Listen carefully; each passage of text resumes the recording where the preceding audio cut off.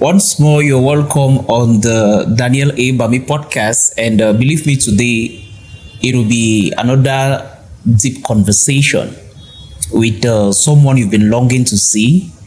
Believe me, this conversation today will touch every angle of what we're supposed to touch. So real. A lot of things you want to hear. We'll be doing a review of a book. We'll be talking about lifestyle. We'll be talking about everything. We'll be talking about how to start small, how to become big, everything. Today with me in the studio, when I reveal the person, believe me, is someone who has gone from grass to grace. He has made it here in the 237 industry. He's done it here in our space, and today he's flying international.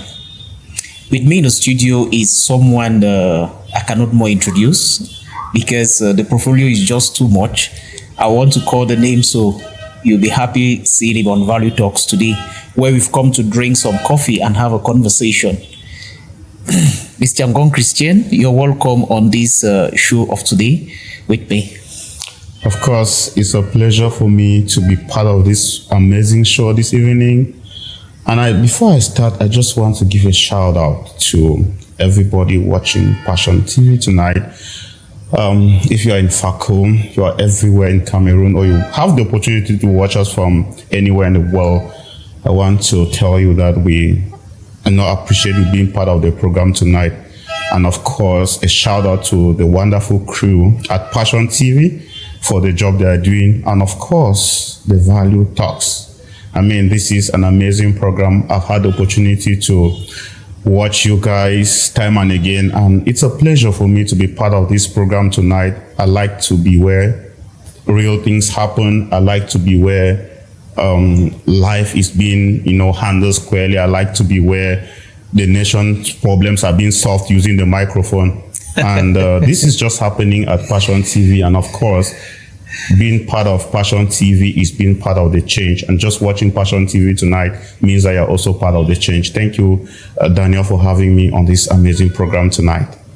You're welcome, sir. I mean, a lot of people really want to hear you talk.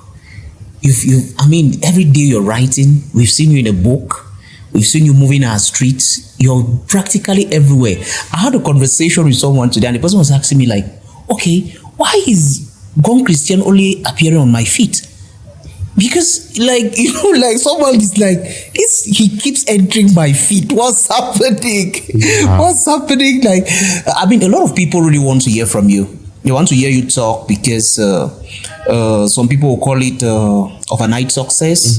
That you just appeared there. What happened? I think our conversation can start with the result of who Ngong Christian is today.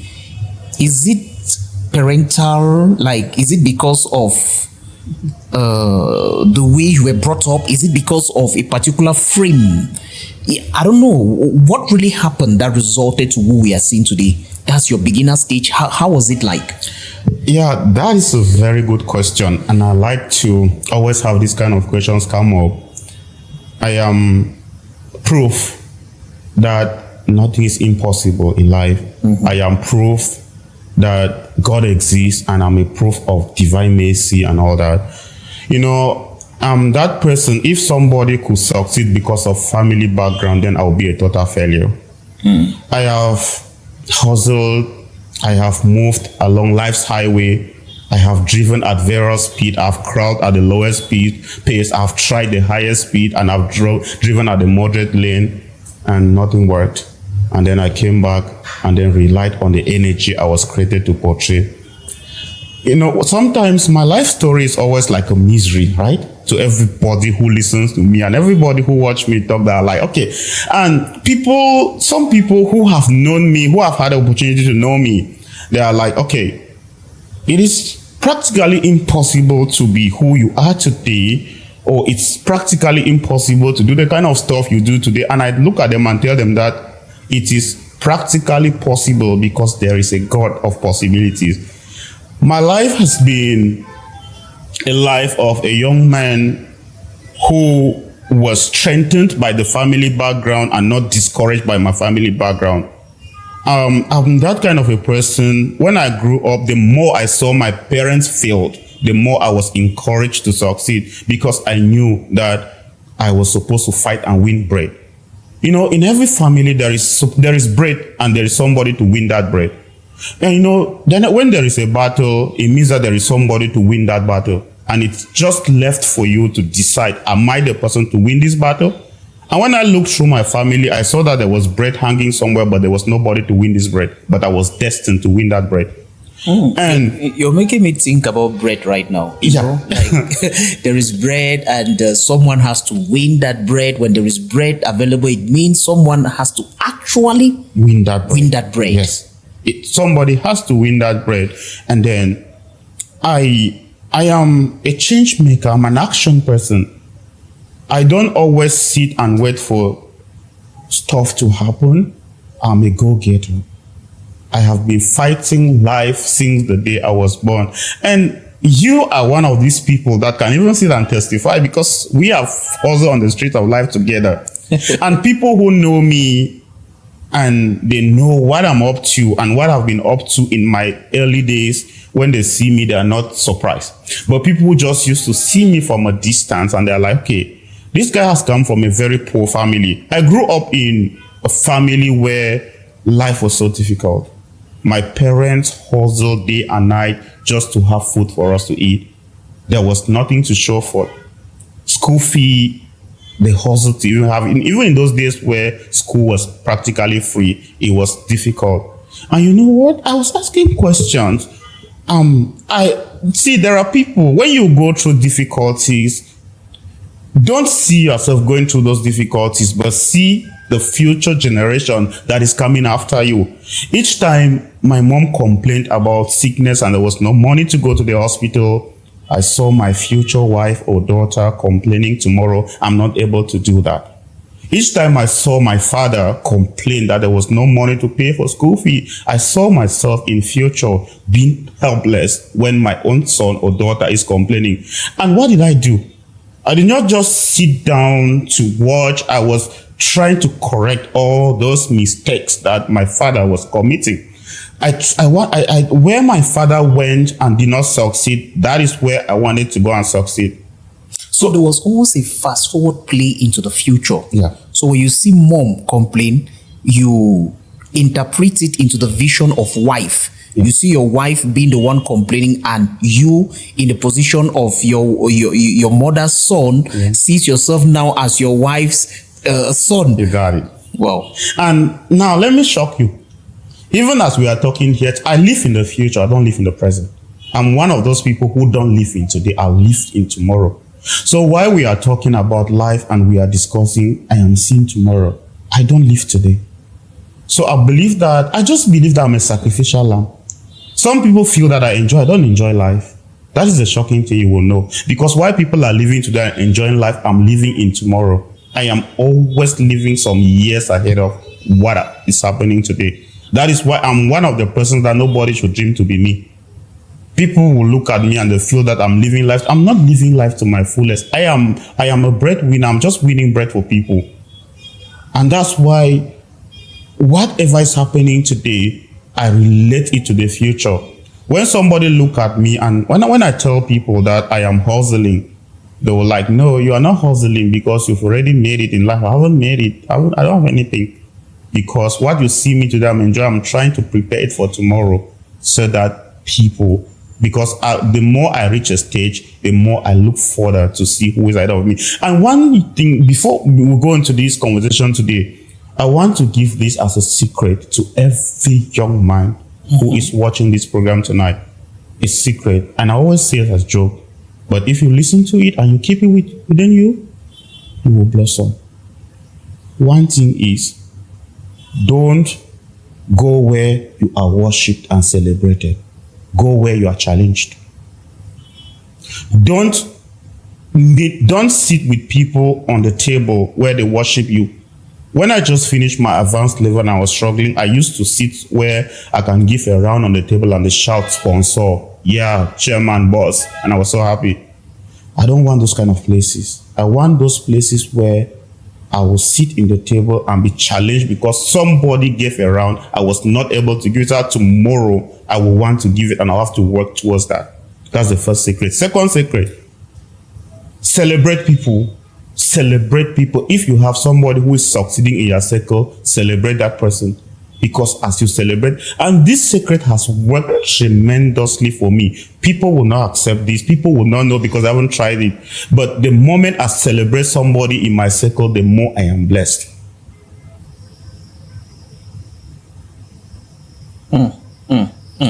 Especially this first one you've talked about, talking about the fact that be in environments where you are challenged. I think a lot of young people need to listen to this. Because now, what does it mean to you being in an environment where you're being challenged? Okay, most of us, we like a ready-made life. Most of us like overnight success. You like to have everything given to you on a platter of gold. And a young man, let me tell you a story of a little girl who grew up. This girl grew up in a family where everything was like, this kind of Dangote family where you had everything you needed. And when this girl grew up, she was so soft. She was so weak. The reason why this girl was weak was because the whole life, she relied on solutions. She never had problems. Life is a mixture of problems and solutions. Problems come to strengthen you, and solutions, which I call them successes, come to encourage you. Life should be a mixture of failures and successes, and you should be encouraged by your failures and strengthened by your successes. If you find yourself in an environment where you deal only on successes, then you're already a failure. Now, I don't know how to make this easily understood, but this is the point. If you have only successes and you don't have a failure, then you are already a failure. Everything that appears in the form of a success without a failure in the beginning is disguised failure. Because for a problem to be solved, for a solution to come in, there must be a problem. A solution is coming in because there was a problem. And success is coming in because there was a failure. You can't claim to succeed when you have not failed. Only people who fail succeed. If you grow up in a family and you feel like you are in an environment where everything that happens around you is success without failure, then you are actually a failure. Because what is happening as success is disguised failure. It means that you are still to have your success. But if you have failure, then you are good to go. Somebody asked me a question that how do you smile after going through all what you have been through? Because I've actually been through a lot. Yeah. And when I'm going through a lot, my manager at the president in my organization, Voice of the Voiceless, he asked me a question that, CEO, how do you really manage to go through all this? And I told them just what I told you in the beginning of this live show, that when I'm going through a problem, I'm not seeing that problem, I'm seeing a solution, because now I'm looking at the future. If you see me going through a problem today, since I don't live in the present, I live in the future, you will see the problem, but I'm seeing the solution already. I'm not seeing that problem. That's because I don't live in today. So now it means that I might have already seen that problem long time ago, because that problem is coming in advance when I've already seen it. So what you see me going through today, I've already seen it in advance. I already felt in advance, and then you see the problem when I see the solution. And you might see a solution where I see a problem. So we don't see the same. That's why people will ask me, why are you smiling? Why are you going through this? I'm smiling because what I'm seeing is not what I've seen. That's true, because now, and it's a very, very good point, because a lot of people tend to give up because things are not actually going the way they are envisaged. Because I've been doing this thing for a while.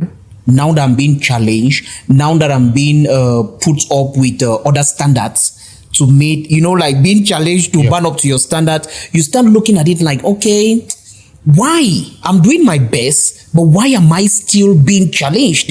Because personally, I look at that like an opportunity, because now, wow, you are not seeing the blind spot. Someone actually is looking at you and what the person is seeing is a blind spot. Yes. So why not man up to that standard and instead think, okay, you want the people around you will say, oh, you're so good. I mean, you're the best. No one does it like you. That's it. And there is this thing about life. Most people, let me say it, 90% of people do not live for themselves. They live for others. We are constantly seeking validation. And there are most of the things you do not to please yourself, but to please the world. And I wish we could actually please the world, because we can't even please the world. Because while you are doing all those things to please the world, you are not pleasing them. You see, you can do a million things today to please people and nobody sees them, but the day you are in a shock, that's when everybody will see. Nobody sees you. You do everything that you want to please people. So the day I uncover this secret, that is the way I uncovered the mystery of life. To live for myself first. Because if you actually live for yourself, you are living for other people at that same time. But if you live for people, you will not even live for yourself too. And it's so good living for yourself, because when you live for yourself long enough, automatically the people you're supposed to be attracted to as a result of living for yourself will merge. And now that circle will keep forming up itself. I mean, it makes a lot of sense. I talked with this lady. I was counseling a lady who had marital issues, and the lady told me that of course, I've had so many of those cases, but this one is so particular, because this lady told me that the only reason why she was living in the husband's house was because of the kids. And then I asked her a question. This man beats you every day. You have wounds, and you are living in that husband's house because of your kids. Now, don't you think that it's good to first of all live for yourself first before living for the kids? Because now, why attempting to live for the kids? At the end of the day, you will not live for yourself, and you will not live for the kids. You will not live for your husband. Because if tomorrow you are killed, it is. They say he who fights and runs to fight another day. Because those are situations where you step back and live for your kids out of the sin, rather than staying there for your kids and then finally end up losing your life because you wanted to live for the kids. Now you will not even live for yourself, you will not live for the kids, and you will not live for the husband. That's why I say in every situation, you should put the theory of self first before any other thing. Because the moment you want to live for somebody, that is the moment you lose it all. Because you will not live for yourself, and you will not live for anybody. That's the mystery of life. Yeah, I mean, this is why I love the quote that says that you only start living when you've discovered you. Yeah. Because the day you discover you start living. Once you've not discovered you, you're not living yet. Because the day you discover you, I like that. You abandon every other thing to start living you. I like that. So pursue you, know you, and live for you. Yeah. I mean, it's so good living for oneself. That's very simple. It is as simple as ABC. You are like when you want to construct a house, there are resources that must be understood where to be placed. There is the foundation that must be understood. Which building, how many floors is this foundation going to take? As a human being, you need to first of all understand yourself. Because if you don't first of all understand yourself, you have lost it all in life. That is the basic. You are the foundation of your own life. Yeah. Because if you don't understand yourself, it ties back to what I said, right? Because there are some people who are living other people's lives. Yeah. And then I tell people I'm a testimony of everything. I've tried. As a life coach, most of the lessons I give people in life, there are things I've gone through because I've tried almost everything. When I went to when I had my ordinary level, I had the option to do almost every series. So when I went to lower seat, I started with A1. And when I started with A1, I saw my friends enjoying A2. I left A1 and went to A2. Just after some weeks, I went to A3. Yeah. And then after that, I went to A4. I tried all the series. I was confused because I was going to. I didn't understand. You kept seeing people enjoy some other A's. Yes. So I kept moving until my vice principal called me. I was like, I needed deliverance. How how will I keep moving from one city? Because I did not understand myself. I didn't know what I was looking for. Yeah. And the time I could have spent on like building up myself in a particular series, I was moving around and following my friends like a sheep. Yes. And I also have a friend who came to University of Buea here, had the first degree in a different subject, and yes. then went and then had to get another degree because the girl did not know what she was doing. Yeah. So understanding yourself is just like you need to have a roadmap of your life. Mm-hmm. And if you don't have a roadmap of your life, what will take people 10 years to achieve, it can take you 50 years. Yes. It's just like I can live here to go to Bamenda. Or maybe I want to go to Motengene from here to Buea. There's another person who might be going to that Motengene but passes through Tole and will still go to Motengene, right? But it depends. How long will you take to get to Motengene? Yeah. I will live here and then I will just go straight to Motengene. Now, this is the point about life. Take more time in discovering yourself than taking more time to do the work. People don't know this. So it is good to take time. Don't hurry to do the work.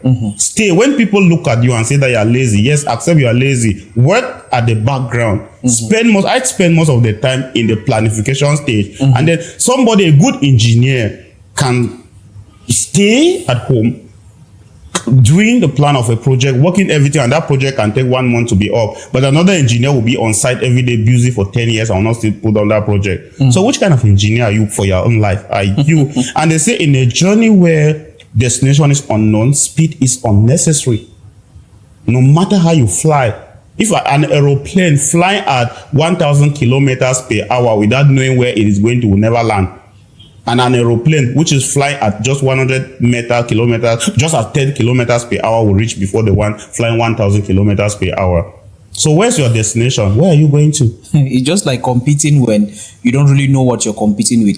It's like competing because you actually saw this person doing this thing and you know, okay, this is a roadmap. I think I should be doing this one because it's a good one. Yeah. So it means literally every day you have to wake up, check the feed. Okay, what has it done today? Yes. It shows this. I mean, how do you live your life following another person?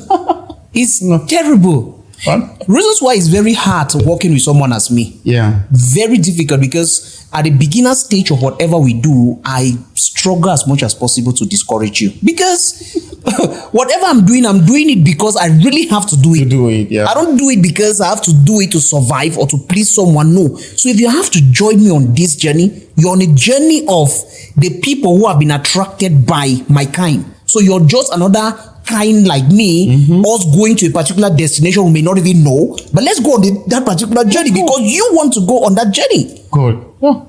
Let's go on that journey. Yeah. Have in mind that you are going, not because you are going. You are not going because you saw somebody going. And this is the problem with young men today. This is a problem with our community.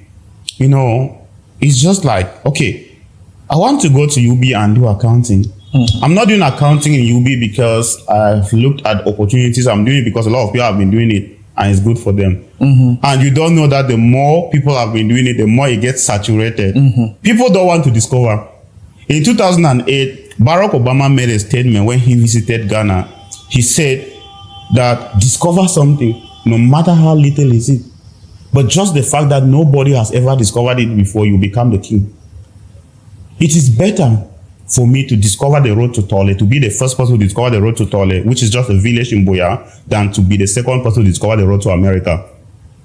Because when you discover something, you are the king, no matter how little it is. But youths today do not want to discover. They want to rely on what has already been discovered by another person. And that is the reason why people do not want to do anything extraordinary. They are just doing what has been done. And this is what I challenge myself with. I always want to, like, every day, ask myself, did I do anything today that nobody has ever done? At least even if somebody has done it, let me know. Because then immediately I know that what I've done today, if somebody has done it, I cancel it. I've not done anything. I'm living on somebody's success. I'm doing something that everybody has been doing it. I want to wake up, do, no matter how little it is, no matter how it is, but let it be that I did it and nobody has done it. At least I don't know if somebody has done it, but let it be that way. Yeah. And that is the road to discovery. Challenging yourself every day to become the better version of yourself versus you. Yes. Working on your better, working on your best, working on everything. You know, this one even takes me to this story in the Bible that is, with what you're saying. Like, the scriptures makes us understand that this kingdom of God people are craving for is like that treasure you are looking for. Yeah. And the day you discover that treasure, believe me, you throw every other thing, forget about every other thing you've known, just to go secure this one. Because the securing is the nurturing. Like you need to understand the way you're supposed to nurture whatever you're supposed to do for that particular thing you've discovered to grow. Self-discovery, I think, should be one of the primary things young people should focus their mind on. And somebody made a statement that what you don't know is darker than night. Yeah. Because what you don't know, if you know it. And I used to tell myself some of the things I know. I beat myself every day. Yes, myself suffers from my hand every day. I might not beat it physically, but psychologically I beat myself because I keep challenging myself. Some of the things I know today, if I knew it 10 years ago, I'll not be here. Mm-hmm.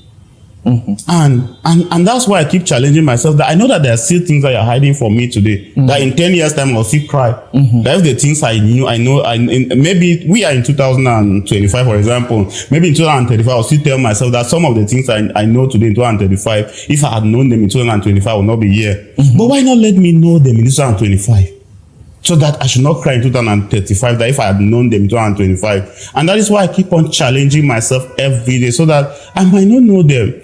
But in 2035, I will not cry, because I know that I tried my best to know them in 2025 and did not know them. But I tried my best. Wow. It's so important. This self-discovery of a thing is like a bundle of everything. Yeah. Because imagine living for 10 years just to come discover that you're actually existing. Yeah. You've been existing for 10 years and now you have to start living because you've discovered the reason why you are. Yeah.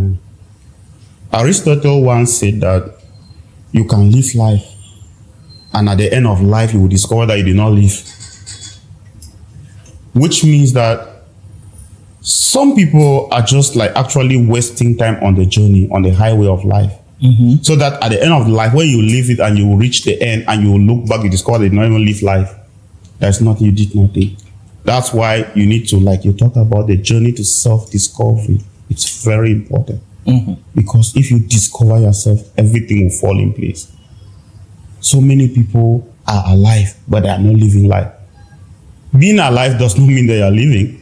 So these are two different things, because just to be alive does not mean that you are living. So you have to be alive and then living again. And to be alive and living means that you are doing the basic things that somebody has to do to be considered living. And that's why when you finally leave this world, they will ask you that how well did you live life? Which means, well, if they ask you how well did you live life, it means that there's what we call, there are levels to living life. And when they ask you, it means that they're already grading you how well you live life, which is another person might still have 0, did not even live life. Another person lived life 10%, another one lived 50%, another one lived 100%. And how well you live life does not matter how many mansions you have put, how many helicopters you have had, because there are some people with helicopters who do not still live life. People don't attach the value to property. What we are doing here right now is how well you lived life. We might not have those mansions, we might not have those helicopters, but we have built people with those mansions and helicopters. That's how well you live life. That's why, and I like your show, they call it value talks, because it's impacting value into people. And when you build value, that is how you'll be evaluated at the end. These skyscrapers, aeroplanes, everything, one day they will go. But you see what you are putting into people, it will never go away, because it will keep on moving from generation to generation. That's how well you live life. So I don't want to be alive, I'm not living life. You're a very generous person. NGO, philanthropy. Did you start this because you became as successful as what we see today on the toile? Or you started this charitable life long before the Ngong Christian we see today everywhere? Yeah, when I told somebody that I created Voice of the Voiceless without even moving to America, I was still in Cameroon, having nothing. The person said that they had respect for me because I didn't create this organization because I had some money or all that. Meanwhile, I don't encourage people to create foundations and do fundraising to help people but I encourage you to create it because it's a calling, and what you can do, and people can support you, they can. When I lost my mother was my superwoman. My mother was everything I would ever long for. My mother was my life. I used to look at my mother and just feel that one day she would die, and I start crying. Because this is like, when I look at my mom, I was like, okay, this woman should live forever. You know why? Because I saw my mom suffer. My mom was suffering, and I wanted to rescue her one day. I didn't even know, like, I feel that God was talking to me, because I didn't have anything, but I knew that I was going to rescue my mom someday. And while I was in Mwambong, GBHS Mwambong in 2004, my mom fell sick, and I received a call. My mom is not like a call because there's no phone. They came to somebody. I didn't have a phone at that time, but they sent somebody to let me know that my mother wanted to see me before she died. Okay, that's the information the person brought. Yeah, the person brought to me that my mother said that if I want to see her, let me come and she sees me before she dies. I left. I went to the village, saw my mom. And the first thing I told my mom that they have seen how successful I'm going to be in future, and they want to kill so I should not enjoy what I'm going to give you in future. That's what I told my mom. As little I was, I knew nothing. I told her. That was 2004. I was really a small boy. And when I told my mom, I left back. When I came, I was writing GCE that year, and my mom died in 2004. Nobody told me. I was writing through GCE. I didn't even know that she died. And they told me in the house, this was a relation they were giving me, that whenever I was coming, they were always crying in the house. And whenever they see me coming, they was smile. And I remember whenever I was in school and I was reaching home, I see people rejoicing and pretending, to cover up those kind of life. And my mother never appeared to me when she died. I wrote my GCE all through. The last subject I wrote, which was economics, the last day at night, I saw my mother well dressed. Beautiful garments coming towards me to hug me. And when I was just about to hug my mom, she disappeared. I was still a child, and then I didn't know anything. It's just that very morning that somebody from nowhere, not even in the house, because they still didn't want to tell me, they just wanted to manage me until I reached the village. I was in Bakosi land. I just saw one woman in the market who used to be in Nyasoso with my uncle and all that. And I just told her, "Hi, it's my uncle." The lady told me that your uncle went to the village to bury her sister. And I just thought, okay, I said, that's my mother. But people were shocked, like, how that? I just said that was my mother, as it was nobody's mother. Like, it's none of my business. I left. So that happened. And then I said, okay, at the end of that event, I said that everything I was supposed to give my mother when she was alive, and I didn't give her, I'm going to create an organization where I will give it to the world.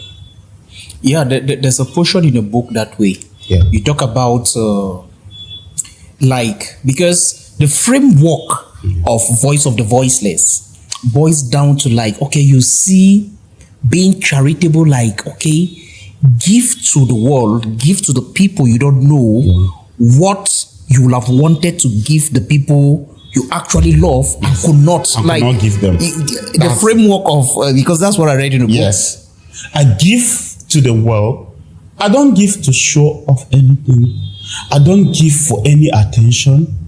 I give to my parents. There are days that when I just wake up and I think about my mom, I just go on Facebook, I ask, what can 50,000 do for you? Because I feel like I just wake up and I'm like, okay, I was supposed to send my mother money today. I was supposed to send my father money today, but they are not alive. I just ask somebody, I can just go and tell, what can you do with it? I said, I just want to give 25,000 for 5 people.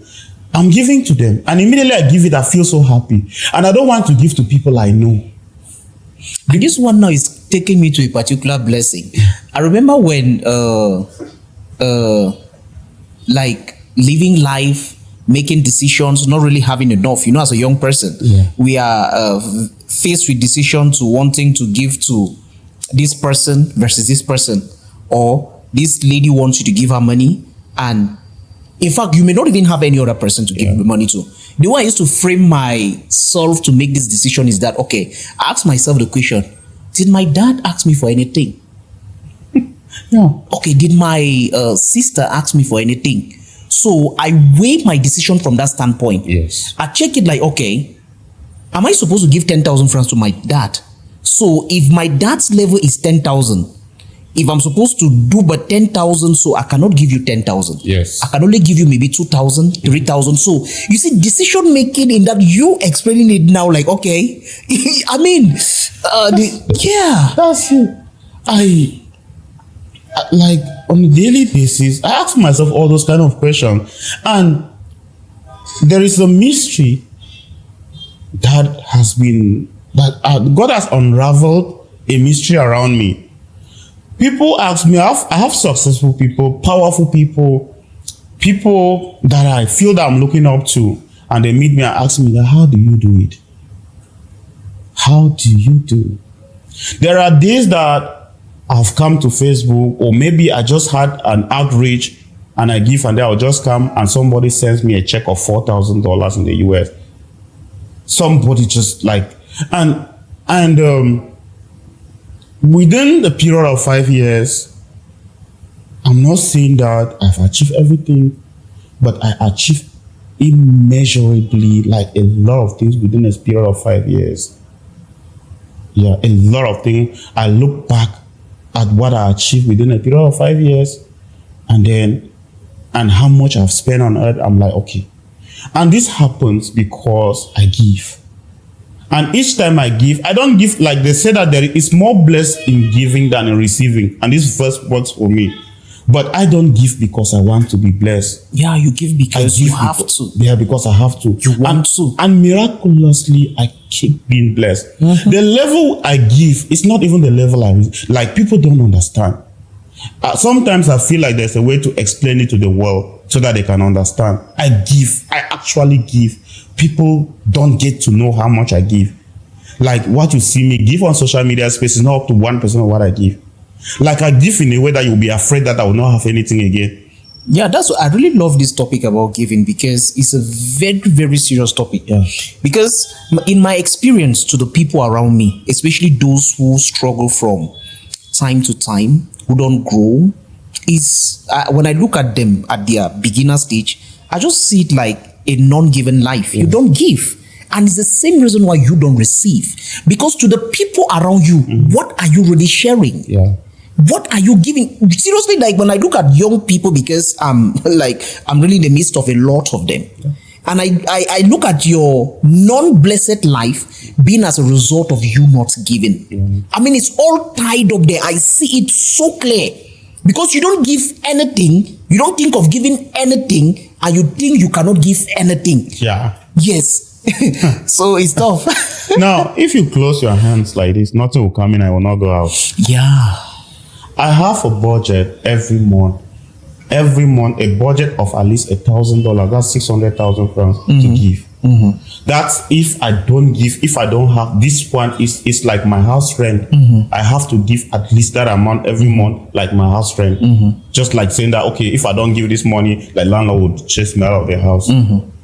And as I give, I don't receive less than that. Keep aside my job or everything, I don't receive less than that. Mm-hmm. I get contracts, some kind of like reach out to me with a lot of things, with money and all that. And at the end of the day, I see what I give, nothing is like insignificant for me because I give it out. And giving it out with all my heart, with all joy, with all happiness, and every iota of fiber in me, I give it out. And now there is this thing, when you give, if your satisfaction is in giving, if give it, even if you don't receive, that should be the essence why you're living. Yeah. Ask yourself, why are you living in the first place? Because I don't even give it because I want to receive, because immediately I just give it, I feel so satisfied, so fulfilled. Yeah. And again, I'm happy. Yes. There's a satisfaction to it. So much satisfaction in just giving out.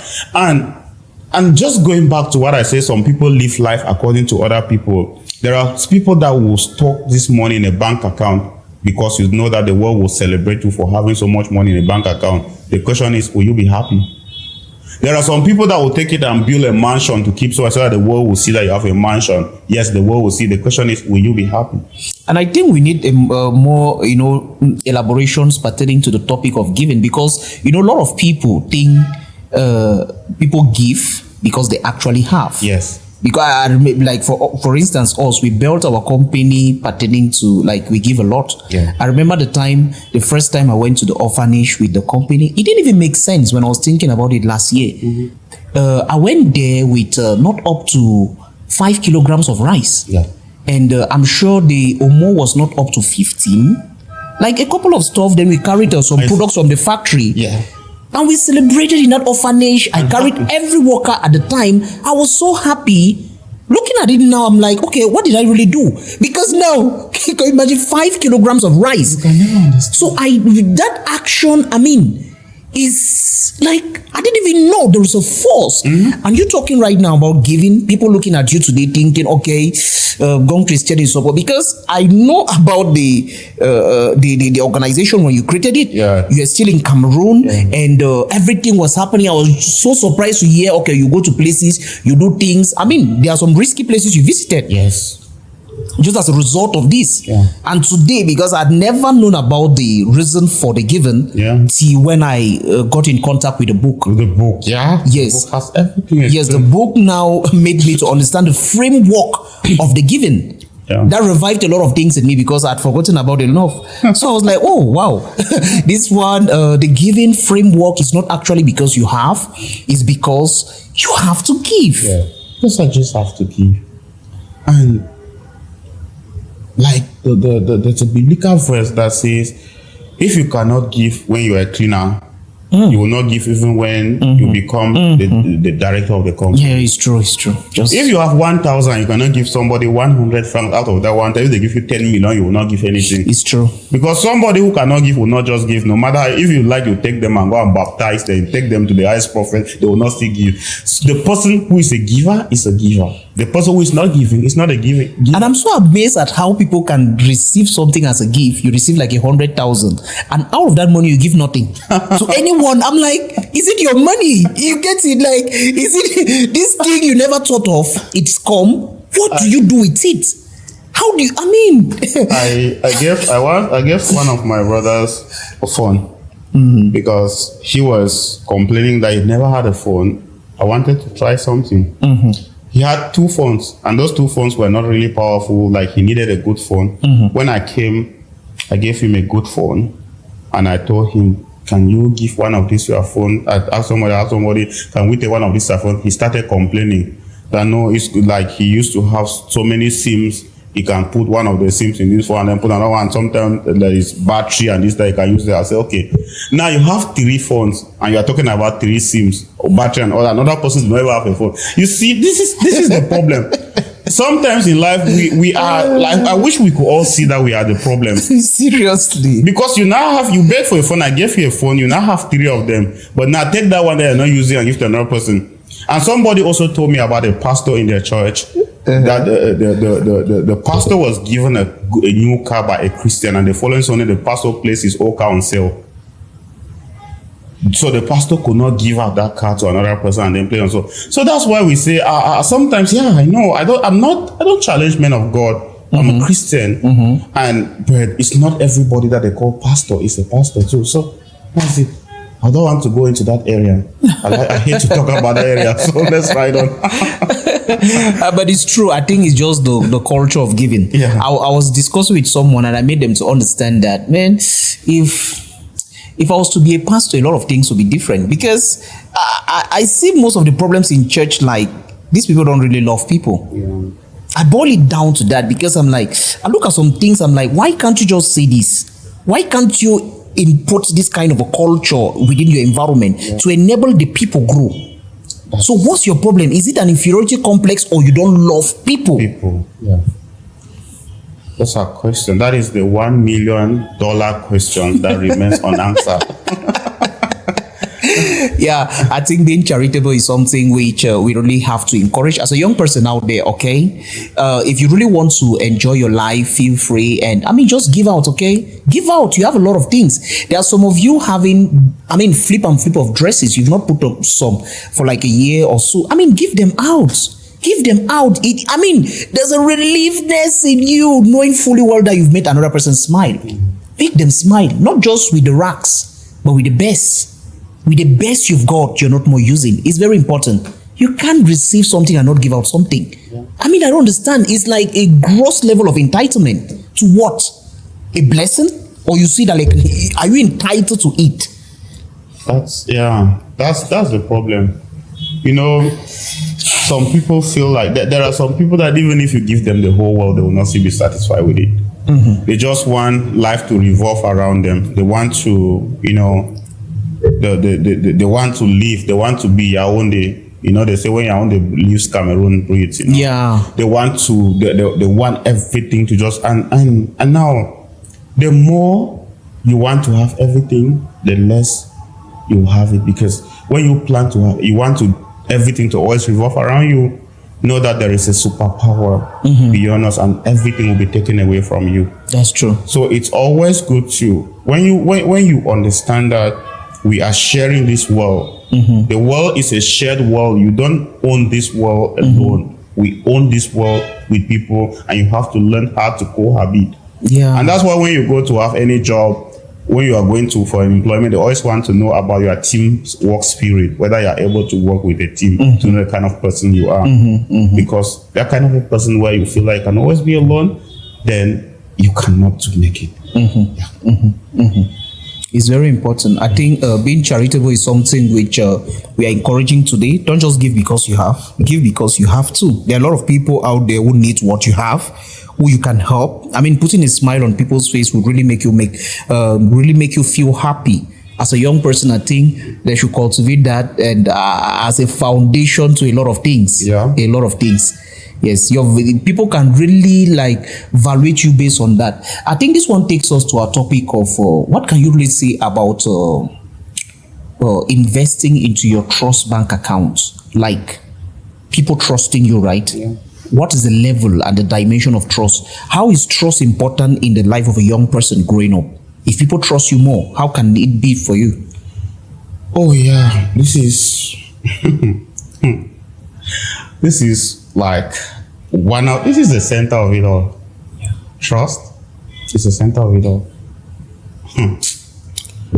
God, I don't know how to say this, but you see, trust is your life. Like, have one person. I don't even want the whole world to trust in you. Have just one person. I mean one person who trusts in you. Even if the whole world will not trust you, just have one person who trusts in you. And if you have one person who trusts in you, then your life will revolve around. I have had a series of, you see me laugh because I am a living testimony. I've had a series of businesses in Cameroon. I have 3 companies in Cameroon. Chindo Agro Industries, I have Chindo Investment, and then I have another one which is just before me, New Generation. I've had the opportunity to work with several people. I started my poultry first. We started the poultry not alone. When we started the poultry, we started a poultry with about 18 million in the poultry. And within a few months, the money dropped from 18 million to less than 5 million. Wow. Everybody gave up. And even that 5 million, I stood alone. And that 5 million dropped right down to 500K. Everything got finished. And now there was a lot of, I kept trying people. And I was losing money every month. There were months that I will lose 5 million in a month. And a month came where I lost only 700,000. I was celebrating. You're like, what a month? Yeah, I was celebrating. And somebody asked me that I lost. It's my sister. Let me know someone. My junior sister asked me that you do business, lost money, they celebrate. I say I'm celebrating because I'm seeing that it is already going down to almost zero. And by the time it gets down to zero now, I'll start increasing because I kept working with people having trust issues. I will remove you and having trust issues and trying to look at who I will build trust in. But today I don't just have the poultry, I have a feed mill that produces feed and supplies to poultry in Yaoundé. I went down to zero and negative zero and started rising up. And you know why? Because I was able to pinpoint somebody I trusted. And now, you see the people I never trusted, they went with what they could go with. And today, if you see the people I work with I never trusted, and you meet them along the road, there will be no difference between. So you will see the true meaning of frustration. You will always feel like, I always tell people, if I tell you to control, hey, guy, I have this business here. It's giving us about 100,000 francs every daily. Control this business, and you feel like you can take the 100,000 francs that is giving us daily for 1 month and run away.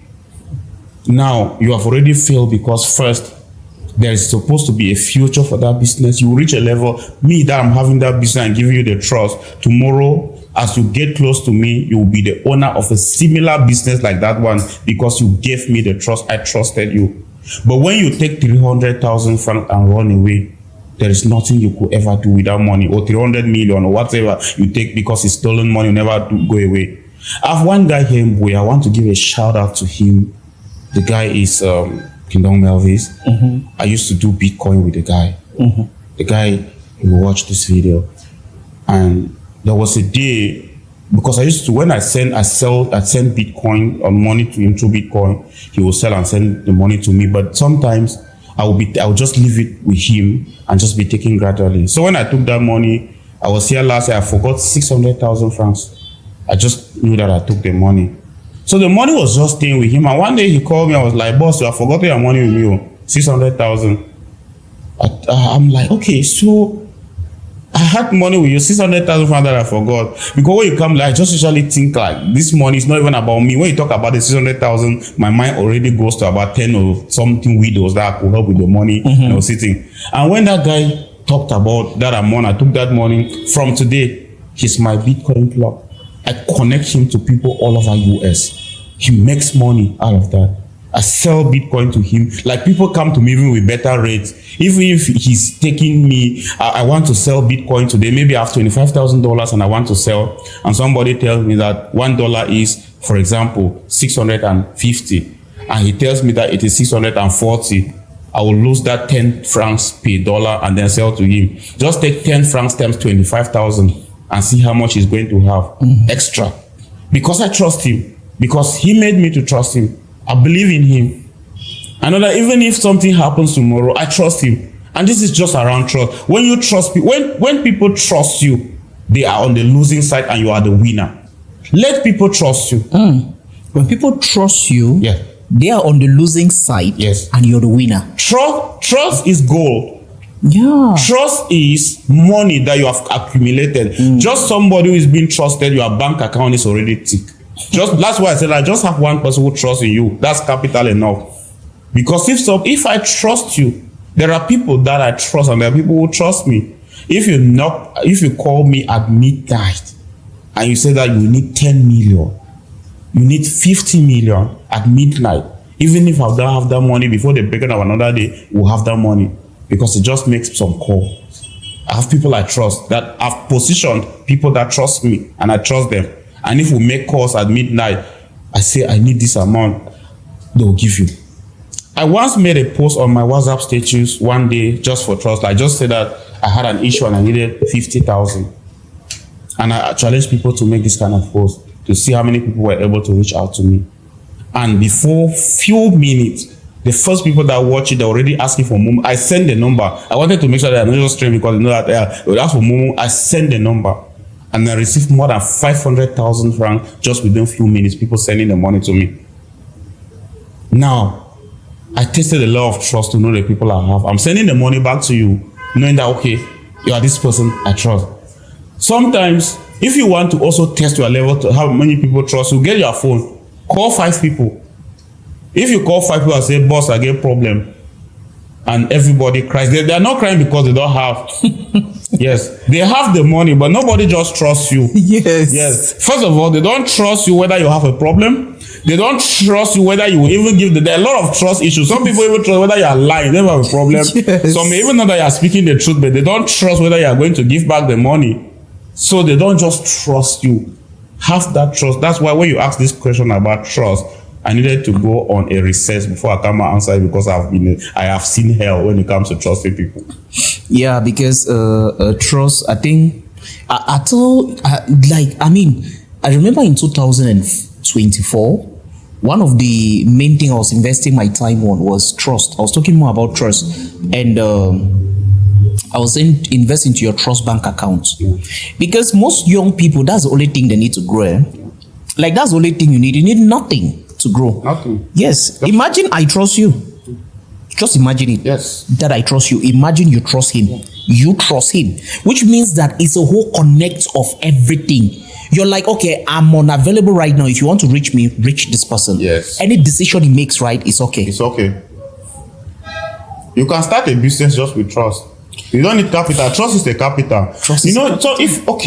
So imagine now, I see that you come and tell me that you have this business idea, and this is how much you need to start this business and how much you can be making a month. For example, people will come with businesses. When you are talking about something, you come with a business, you are telling me, I'm looking at you. I'm not even looking at the business you are telling me. That's the thing. We are bypassing the business now to look at you. This person that is talking. Somebody will tell you that, okay, this business, this is how I'm making a month, million a month. I'm just looking at you. I'm not looking at the business, because if I trust you, then that's okay. I'll give you the money. That's why I said you can start a business with nothing, just with the trust. Yes. Yeah. But if you are talking about a business, I look at you and you're not straight, you see that? You'll be making noise. Trust is so important that, I don't know, like, just with trust, entering an environment and you're being trusted, it's a whole lot. Yeah. It's a whole lot. And to do this, I think greed is at the center of not being trusted. Yes. Because now, what's trust? Trust is, I forgot it with you, and you gave it back to me. Yeah. Regardless of the fact that you will not have anything with you. Yeah. Because those who are entitled to trust really have a problem. You know, there are some people who are like, okay, trust me. Trust you how? You earn it. Yeah. I can't trust you because you want me to trust you. I trust you because you've actually been accountable. Because people who would really value trust are people who are accountable to themselves first. Yeah. You're like, okay, no, this is this. I did this. Even when you don't want the accountability, the person is giving you. The person is like, okay, this is what happened. This is what really happened. Okay, no, you left this. This one is with me. Reminder and the rest. Because, trust is very important. You just made a clear point. Don't tell me to trust you. Yeah. You cannot tell me. You have to earn the trust. Say, just trust me, Graham. Trust me. Trust me. Yeah. When you start saying, I just look. That's how the little trust I had is going away. You're telling me to trust. You're convincing me to trust you. To trust you. Who does that? How can you be convincing me to trust you when you've been living your life for over 30 years? So all the people you've lived with cannot trust you, and you're coming to convince me right now to trust you? Yeah.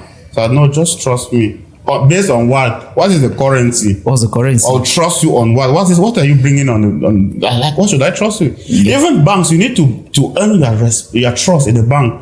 You cannot just go to the bank today and you start asking them to give you a loan. You build credibility over the years with banks, and then they can be able. And that's why trust is also in level. And that's why for a bank to also give you a loan, so it also depends on the level of trust you have. So for human beings, I can trust you. Yeah, it also depends on the level of trust. There are some people that can trust you that can give you 10K if you come. But they'll tell you go to 10K, the trust is no longer there because the level of trust you have is only 10K.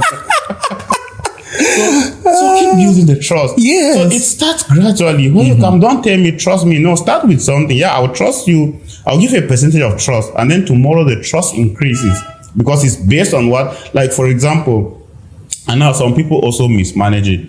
There are some people who come and tell you, borrow me 100K, you give the person comes and gives you back the 100K, and then tomorrow the person has a problem of 200K, come you borrow, and then the person will come and give you the 200K, and the person will now mismanage this trust and then come and take 500K when they don't know where to get the 500K from. And then tomorrow you guys start running and shouting on the street like children. Yeah, it happens. So sometimes when they trust you, don't also miss you. Know your level. Know yourself. Don't mismanage the trust. Don't carry, because I will not believe you. Don't tell me that you didn't know that it will happen this way. I will not. You have to master yourself. Yes. And it's true because like the Bitcoin issue you've explained, I believe this young person that made you trust them have benefited from other people more than you. Yes. The benefit did not even come that much from you. Yeah. But because your trust was invested in him, you connected him now to the sources he is supposed to cash out from. Yes. Because of your trust. And now this is what people don't understand at times. You think because you invested here, you think because the trust was invested here, the blessings are supposed to come same from this place. No. No. I have partners of mine who call me and they're like, okay, wow, this person you put in charge right now is a good person. Mm-hmm. They give me recommendation to me. I'm happy. Yes. But behind the scenes, I'm like, okay, better continue doing your work because that's your glory shining. Yes. And I've got no room to play in this. The more you grow and you deal with these people well, they know that actually I have someone which is you. Yeah. So it's already a network you're building. And this is why you see some people go start some things now by themselves without necessarily stressing. Yeah. Because these people are dealt with you. They know what you can do. You can do. Yeah.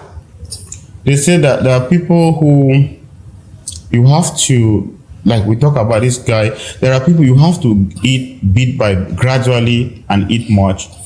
Because if you want to take everything at once, you can have, how much can you swallow? What's the quantity you can swallow? Nothing. just be taking gradually and eating. You can eat gradually and eat for 1 year. Mm-hmm. Don't want to swallow everything. Don't come and you want to swallow everything in a day. Mm-hmm. It doesn't happen like that. Mm-hmm. Mm-hmm. Mm-hmm. It's very important. I think this aspect of trust is, invest into your trust bank account, okay? Is an important account. Invest into that. If you have to invest into anything, invest into your trust bank account. It's very important. Whoever you may be it a CEO or whatever, invest into your trust bank account, because at any level, I tell people our company is not standing because of me. Mm-hmm. It stands because of the partners we have. There are people standing together now to say passion cannot fail. Yeah. So no matter what you do, it's become their own concern. Yes. That passion stands. Not just because of our social capital, but because of the credibility we've been able to build. So that makes them now to know, okay, if we sustain him, they are coming back because it's a people. Yeah. Credibility is very important. That's it. Very important. Because when you build credibility, you have already built a lot of wealth. Yeah. Discussing with partners, I tell them, no, I don't make decisions. I make decisions with my people in mind. I say, anything we discuss here, if I'm to sign any document, if I'm to increase any percentage or reduce whatever I think about the month end, everyone in the company is supposed to be fine. So we don't do backbiting. Everything has to be straight for the purpose of the company. So I think trust is an important place. Any young person building his life, like we've heard from Ngong Christian talking about the importance of trust, how today company does what over 50 million francs is run by other people who could be run by other people, just because these ones could not stay enough to cultivate their trust, to invest money into their trust bank account. They could not. Yeah. And it's very important. So from grass to grace, it's not been easy. So what do you have to tell us?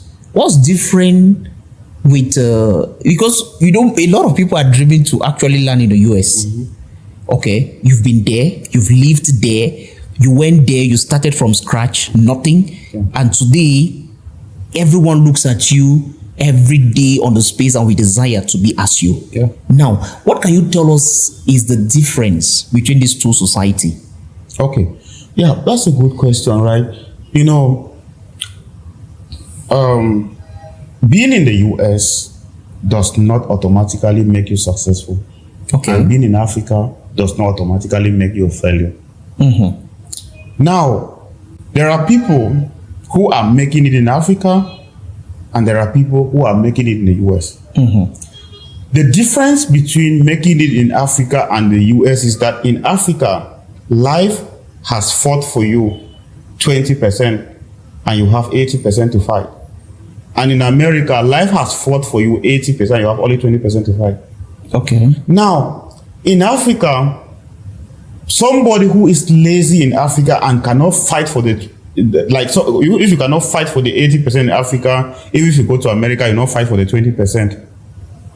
And that is why you see people who fight for 80% in Africa, though life has fought for them only 20% and they succeed. And then there are some people in America who has only 20% to fight and they are not still able to fight and succeed. Now, in America, the system has been put in place for you. Like in the Western world, you have everything laid down for you to succeed.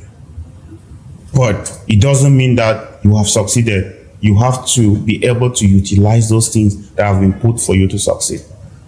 Now, in Africa, somebody who has the ability to gather those things for themselves and succeed, they have chances more than somebody who is in the USA. You know why? Because you know the value of doing everything for yourself. You know, when we fight through life, the person who fought the hardest battle and succeeded is the happiest, more than those who fought just a simple battle. In Africa, you're fighting a very hard battle. I always encourage people, yes, I'm not telling people that if you have the opportunity to travel abroad, don't travel. If you have the opportunity to travel abroad, travel, but I've lived abroad and I know the joy of succeeding in Africa and what it means to succeed abroad. If you know that you can fight and succeed in Africa, then Africa is an ideal place for you to succeed. And why I'm saying this is because sometimes I might have I must have fought and I succeeded in a certain way, and I feel like, okay, can I come back to Africa and see the Africa?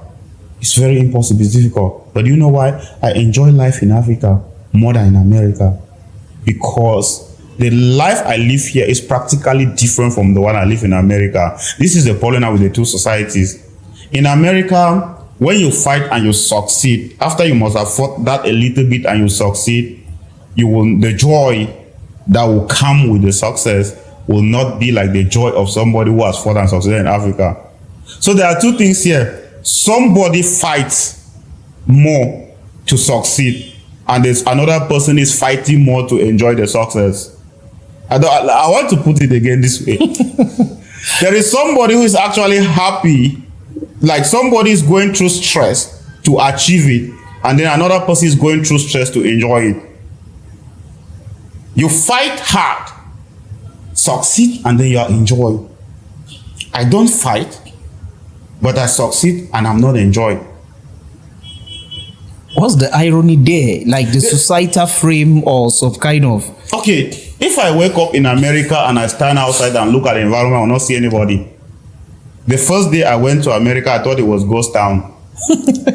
You can look here from now to my 17, there's nobody. You never see. You can trek from here to Boyata, you not see anybody. There's nobody. You feel like the world has ended, there's nobody. You have everything, life is beautiful, but who are you enjoying with? I will sit in my home. I have a bar in my house, everything that I will need. I can have everything I need at home. That's what they say, lonely at the top. Do you know the song? You know the song Lonely at the Top, right? You are lonely at the top and very lonely. Because you have everything it takes, but how do you enjoy? You will not. And you had these things very easily. You came in, everything was put in place for you. You had it already. You just easily enjoy it. But somebody in Africa will be digging, and the person succeeds. But now when the person finally succeeds, the person is enjoying the success. It is very easy to succeed in the Western world, but very hard to enjoy the success. And very hard to succeed in Cameroon, in Africa, but so sweet to enjoy the money.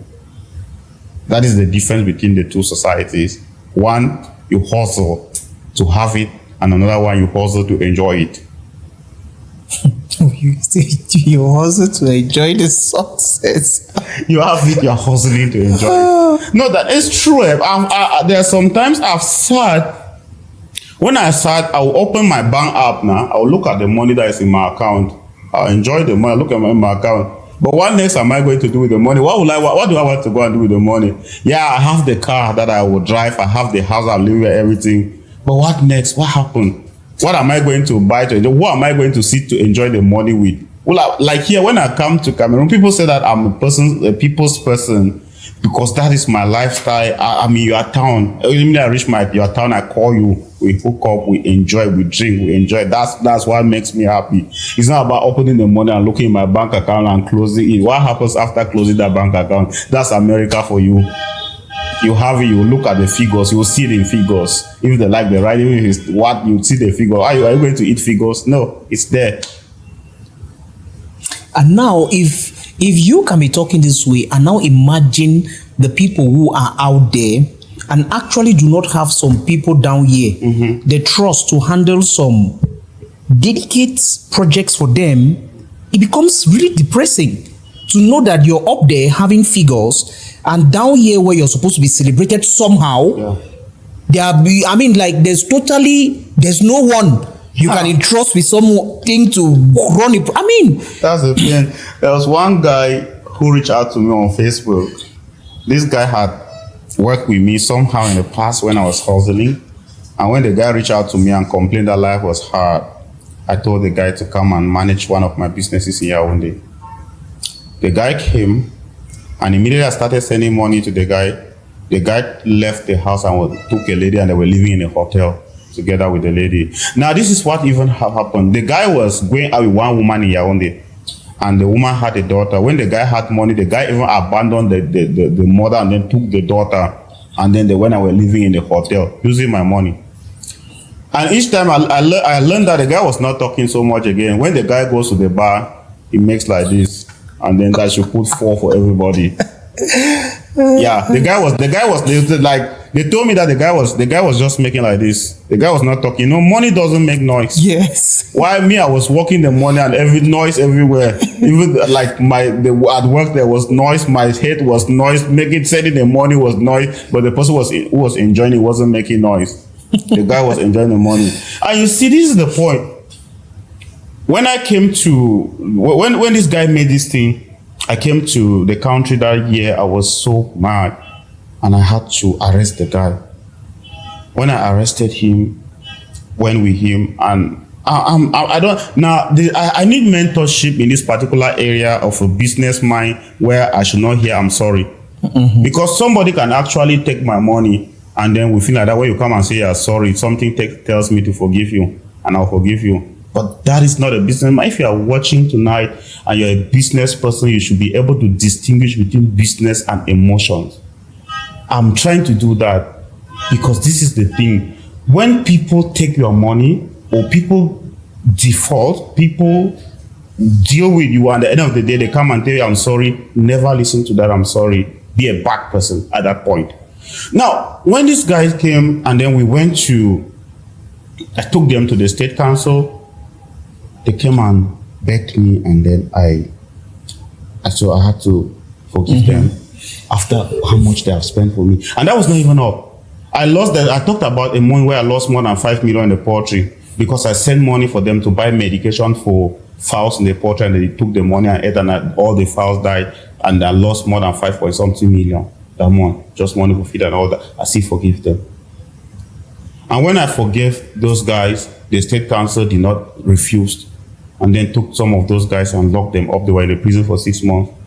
And when I came back, the guy had gone with news all over that I took him and went and locked him for nothing. Because I was the stupid person, because first you dealt with me and you told me sorry, I forgave you, and then you came again and then told people that I went and locked you up for nothing when you know what you did to me, all that.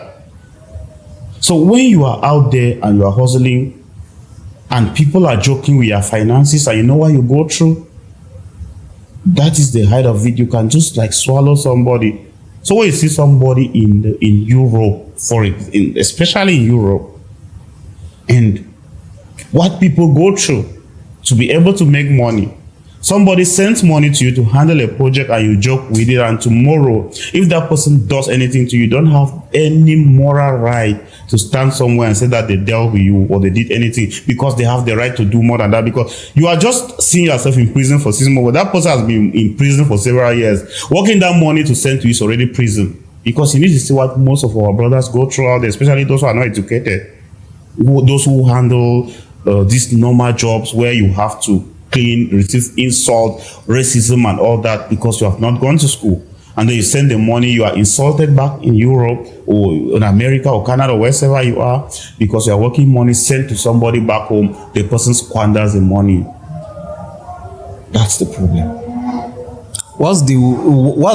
Have you had any encounter or someone brought you a particular story about how they were treated back home? Like one of the worst stories you've heard from someone close to you, treated bad by someone they trusted to do the project? Yeah. When I finished constructing my house in Yaoundé and I posted a house online, I had a lot of people reach out to me. One of this particular person is a high-profile person. I want to call his name. He's a high-profile person, and he reached out to me. I was like, okay, let me give him a rundown on how much I spent for this my building, because he saw the kind of building I put up, and I put up this building within 6 months. But when I gave him, he gave me he sent pictures. There's a foundation. He spent more than 30-something million on a single foundation. And now, the area where the plot is, they will tell you that the plot is in Buya. You send money, he sent money to somebody, the person bought a plot that, like the person said the plot is in Yaoundé. But before you go to where the plot is in Yaoundé, you need to take bus, you take a bus, before you take a taxi to drop you at the park, before you take a bus, it's just like you're going to Mbonge. Now he's there abroad, he does not know because the person told you that this plot is here in the plot. No, they will make videos now. They will make a short video and tell you that the plot is at beside Stade Moliko. They will be going up, they will cut the video and then join it back. So they are walking, they can actually walk. They are walking to the plot that is live from here to here. We're just walking. This is me in the house. So I'll just walk and cross. The plot is just across the road. But you guys are working in the media, you know what it means to edit, just kind of editing. So they will just cross, and then now after that, when it cross, they will stop it and take a bus, and then they will go to toilet. They can take a bus and then maybe go to Batibo, where the plot is actually located, and then they will join it back. The day you come and they will ask them that, but you told me that the plot is in Betua. Why is it in Batibo? Say, am I your ambassador? So at least my problem was to buy a plot. Plot is a plot. What do you have to do? That's how they have dealt with that guy. He's been spending money, millions, thinking that he's investing in Cameroon. It's either he's investing in wrong directions, and then the guy who actually was doing that construction for him has his own home. So you can actually send money for people to build you a home here in Cameroon, and then they will use the money and build their own house, and they say build you a foundation. While contrary, if I send money for you, because the way it used to happen when God was still God, when the world was still, when people were still respecting God, if I send you money to build my home, it is for you to build my home and then take the rest and build your foundation. But nowadays, you to instead build you a foundation and then take the money and build your home.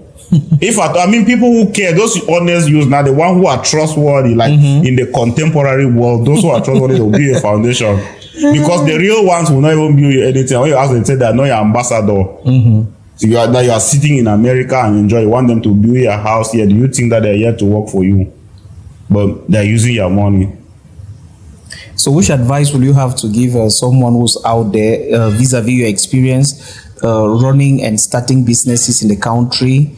And so far, you've minded trust until you've been able to know where you can invest trust. And right now, you've been able to establish a particular building in a country. So what are some of the roadmaps you think some of our brothers out there should take as, how to reason on choosing, knowing what to do? First thing I will tell you is to be the only driver on the highway of your life. Okay. Know when to turn your wheel. Know which direction to take, right? If you are the driver on the highway of your life, you will master road signs. You will know where to stop.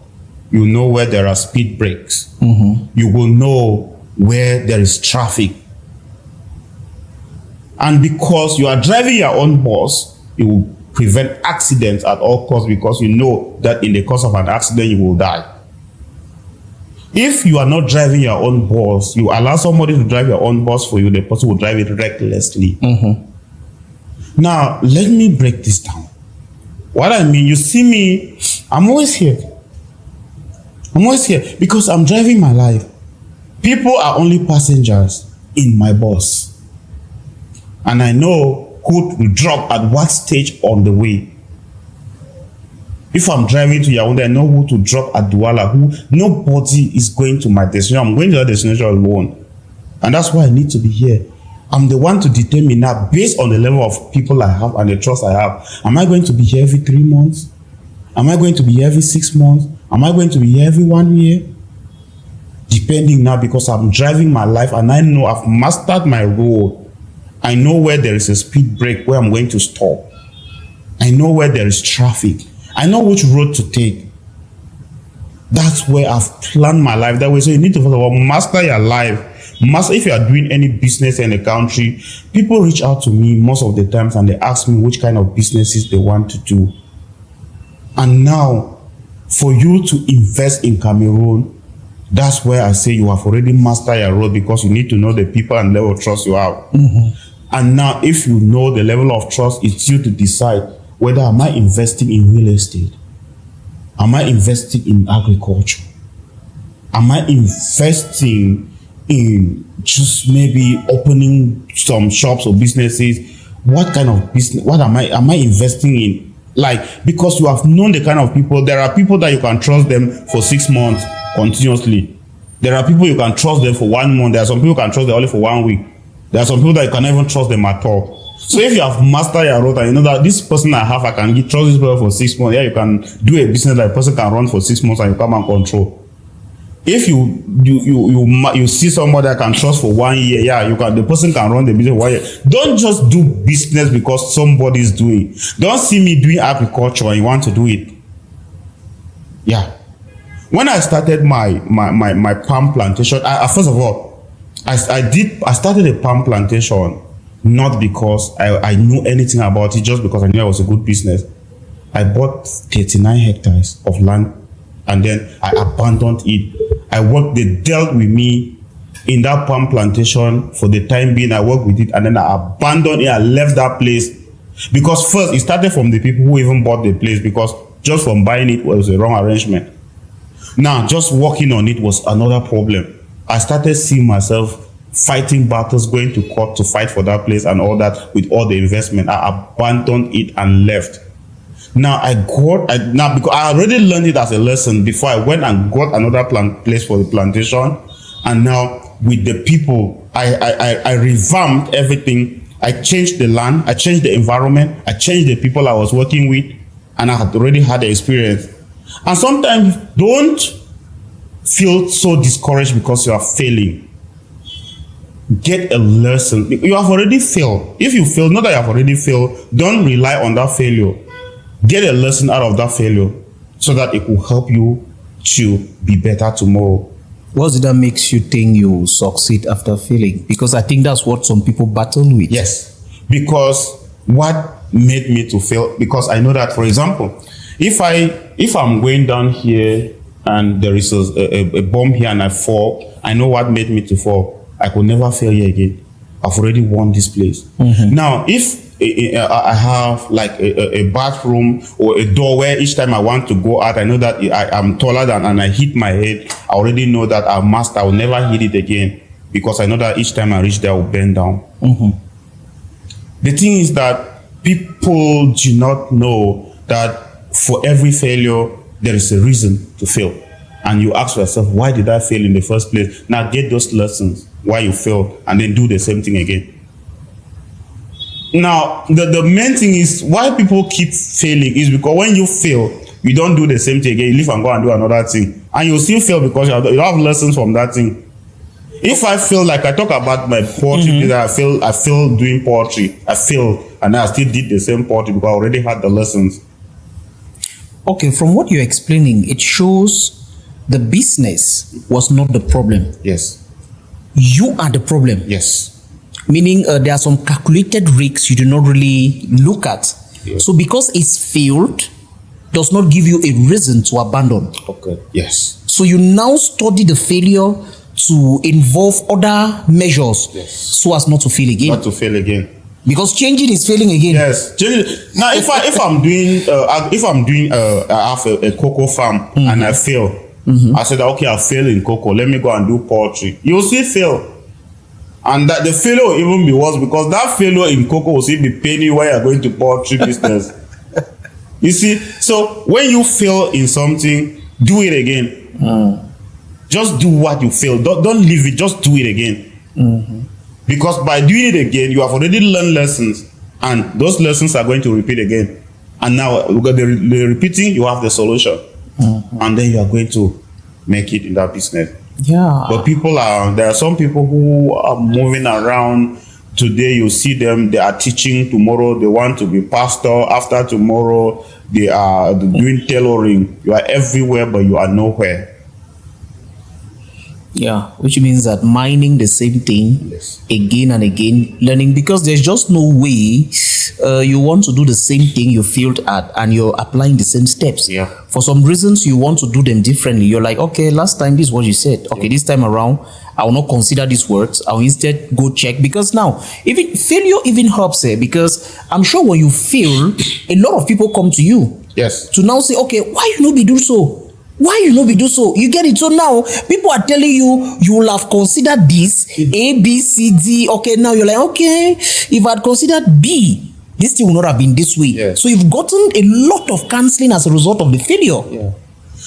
Now, one reason why I enjoy you in particular is because I've seen where you came from, and I see where you are today.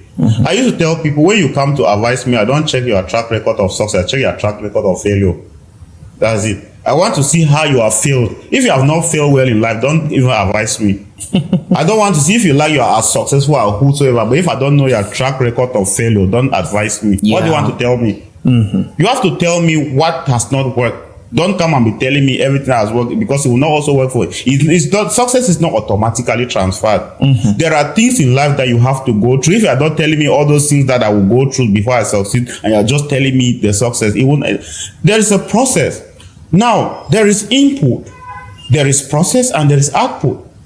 Input is what you put in, your energy, and then the processes are those things that are going to happen, and the output is the success. You are just telling me about the output. What am I doing? Output, I need the process. That's what I need. So if you don't have a track record of failure, don't advise me. Don't even near me. and then, like, we are talking about you doing the same thing over and over again and succeeding. It takes patience. For example, if you come and hit this wall once, it will not break. Yeah. You hit it twice, it might not break. But if you keep hitting it, even if it takes 1 year, it will break. Yeah. And then if you hit here one, go and hit there twice, go downstairs, hit. You are not doing anything. There will be no trace of you hitting anything, because you are moving around like a prostitute. And it's so important because there's a goal to hitting. Yes. There's a goal to why you hit it. Yes, there's a goal. Keep hitting it.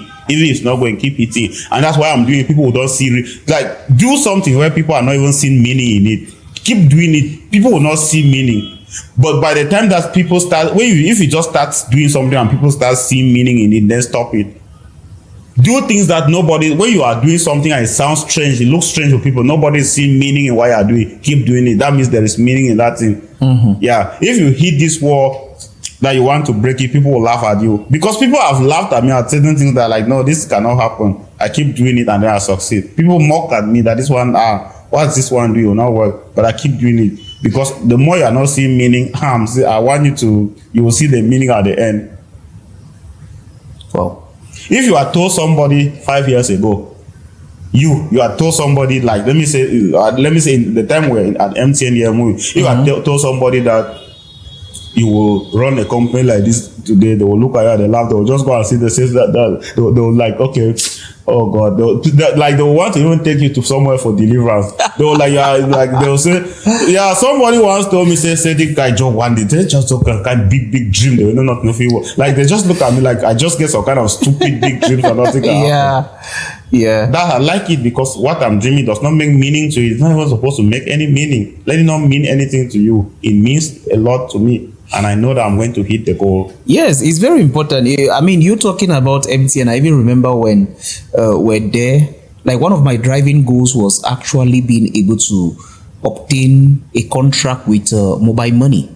But we did it now. Is there no one woman's office that we used to go down? This Be there? yes, yes. We are begging the woman. I think we even made a budget. It was about 7 million like that. We're already planning to go to Fundong. To open a mobile money place. And we had nothing anywhere. Maybe you had. I don't have even 10,000 anywhere. I mean, was really funny. I really remember because when I decided to take the journey personal, like, okay, I actually obtaining the contract by myself. I mean, I was told it's never been done. I was being called hundreds of millions and the rest. Like, okay, no, to get this, come on, you should be talking about 200 million. First, you put that in the account before the bosses will start talking to you. I mean, but I kept pushing. Yeah. It was we had to push and push and push. I mean, failure is the thing, eh? Failure is the thing. Yeah. What did you fail at? And how did you continue the thing? Yeah, I mean, I have failed. Like I said, my life has been more of failure.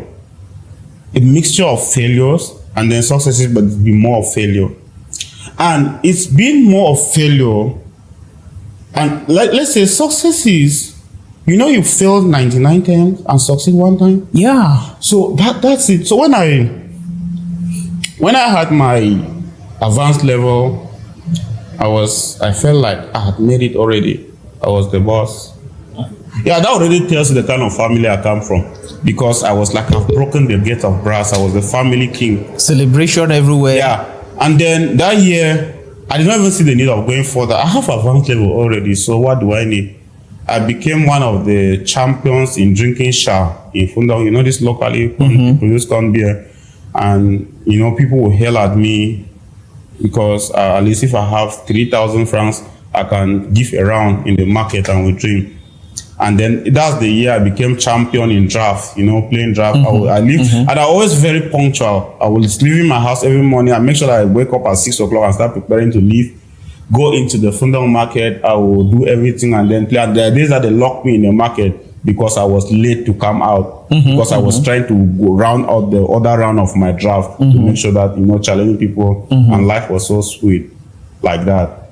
And then that year, that's where everything just became like everything around me. The world was revolving. It was more of failure. Nothing was sure. There was nothing.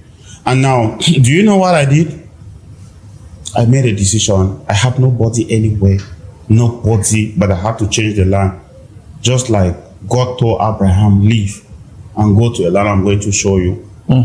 I left for Douala without knowing anybody in Douala. Because when I realized when I was failing, I always like to give, when I'm talking about my failure, I talk about what identified out of that failure and how I came out of that failure. Because I failed because of limitations. There was limitation by birth, limitation by environment, and limitation by nature. And for me to break through this barrier, I had to leave Fundong. And to leave Fundong, I had to leave Fundong to a place where I knew nobody. I have to leave Fundong to a place where I was going to make things happen. And I remember myself standing at Guarantee in Douala that fateful morning with a friend of mine without knowing anybody in Douala, nowhere to go to, no telephone and nothing. Until we finally, at the end of the day, identify one guy after the whole day who took us to his house. And the guy was actually just living in one bedroom like that with nothing, just the mattress on the floor. And that's where life started. Wow. And it's so important because when you're talking about this, I'm like, okay, I'm imagining a lot of young people who've never made a decision, or the ones who've actually made the decision and are not taking steps towards suffering the pain of that decision they've made. You're like, I look at it like, okay, this man, you need fear. So you're not scared. You're like, okay, I've made this decision. I've left home. I've decided to embark myself on this journey. So now that I'm here, what do? Yeah. Invest your all. Good. Invest your all and become the best you could ever become. And that's why even the Bible says that whatever you are afraid of, fear well, because it will happen to you. Yeah. You know, the Bible sometimes. Yeah. Fear well because it will happen to you. Yeah. If when you are afraid of fear, the fear of failure is already failure itself. Yeah. Because the moment you are afraid to fail, you have already failed because you are afraid to fail. And I always challenge myself to a level where I'm not able to move back. I always challenge myself to a level where I tell when I'm talking with somebody and somebody is at a certain level and telling me that they want to give up, I'm saying, yeah, of course, it's really good to give up. You can give up because you have something you're counting on behind. You have left things behind that you want to be counting on. If you want to move forward, take everything behind and send forward so that you should have nothing behind to count on.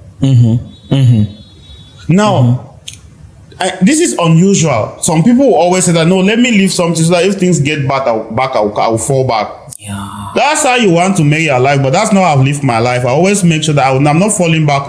I'm a moving trailer. Yeah. When I'm going ahead, I'm moving forward. I'm never coming back. I fail forward. If I want to fail, I'll fail, but I'll fail forward. I will not fail back. That's what I'm saying. If you're planning to relocate to Yaoundé, for example, and you say that, okay, let me just leave a house in Buea and something so that if it fails in Yaoundé, I'll come back. Then you will come back because you will fail in Yaoundé. Of course. Yeah. You will fail. Yes. If you want to go to school and you are saying that, okay, let me just put a little business. So that if school does not work, I will come back. You will come back because you will not go to that school because you have that business to come back and take. I always liquidate everything behind me. I'm moving forward. If I'm failing forward. I don't leave anything behind. If you see me going ahead, it means that there's nothing. I cannot come back. If I want to fail, if you push me, there's no way you will drag because if you push me, I'm failing forward. And that's my secret in life. Always the reason why you fail, the reason why you move back, there's nobody's putting that, is you are the reason why you come back because you have put something behind to come back and take. If I don't have anything behind, why am I coming back to come and look behind? I will not. Oh. Yeah. Oh. Because, I mean, that settles it all. Because if you have something to say, okay, if this one is not working, I will do this, you always have to fall back. Because, yeah, you know that, and then you always be weak in doing things. You will not even put in your effort because you know that and this is the reason why you see, look well in the society, most of the people who are succeeding, the richest people in the world came from the poorest families. If you hear of stories of people like Dangote, Bill Gates, and you see their family history, they don't come from wealthy families. Why? Because, and the reason why they are level, because they had nothing behind to count on. They had nobody to count on, and that's why they had no other reason than to succeed.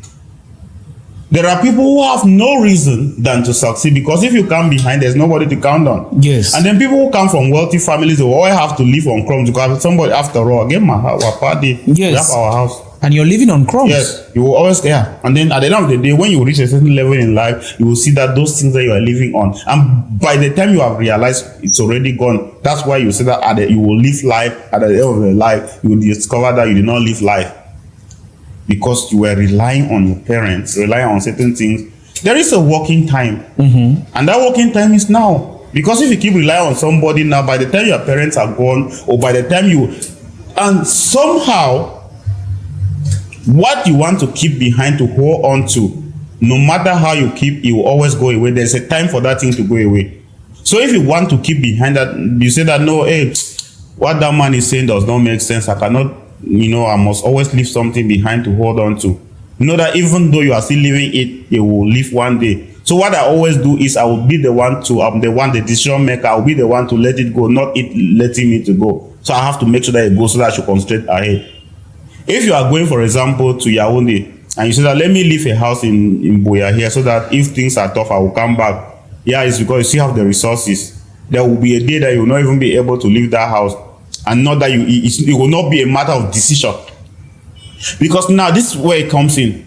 If you don't have something behind because you failed, it will be different from somebody who don't have something behind because the person decided not to keep it. Because if you fail and you don't have something behind to look onto, there will be a challenge. And it's a way of believing into the future. Yes. Because you've so much belief in the future that you've decided to throw away every other thing you've had to believe now in the nothingness of the future. The future. Life is in the future, not in the past. So if you are living in the past, you are not living life. When you hear life, it is the future. It's tomorrow. Wow. Not yesterday. They say yesterday is gone. Today is another day. Tomorrow is yet to come. Today well lived makes every yesterday a dream of happiness and every tomorrow a vision of hope. Oh. Never antagonize over your past or worry over your future. Live this day and live it well. Because if you live this day and live it well, then your tomorrow is going to be better. Meaning it's all about today. It's all about today. Wow. A lot of people are really wanting to be as Ngong Christian. They are reading your books now all over. If you've not read the book Beyond Limits, I'm sure you're enjoying this podcast right now. What we are discussing here is not even up to 95% of that which is in the book. So the book is right here. As you can see, it's on our shelf. We'll be reading it, and we've read and I've read. I'm sure everyone in the studio will have to get their copy. Very important, okay?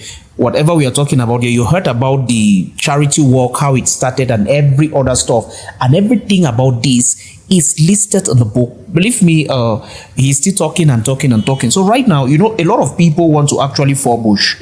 I want you to tell us something about this bush falling. That, okay, I want to fall bush right now. What are some of the things I should consider as a young person?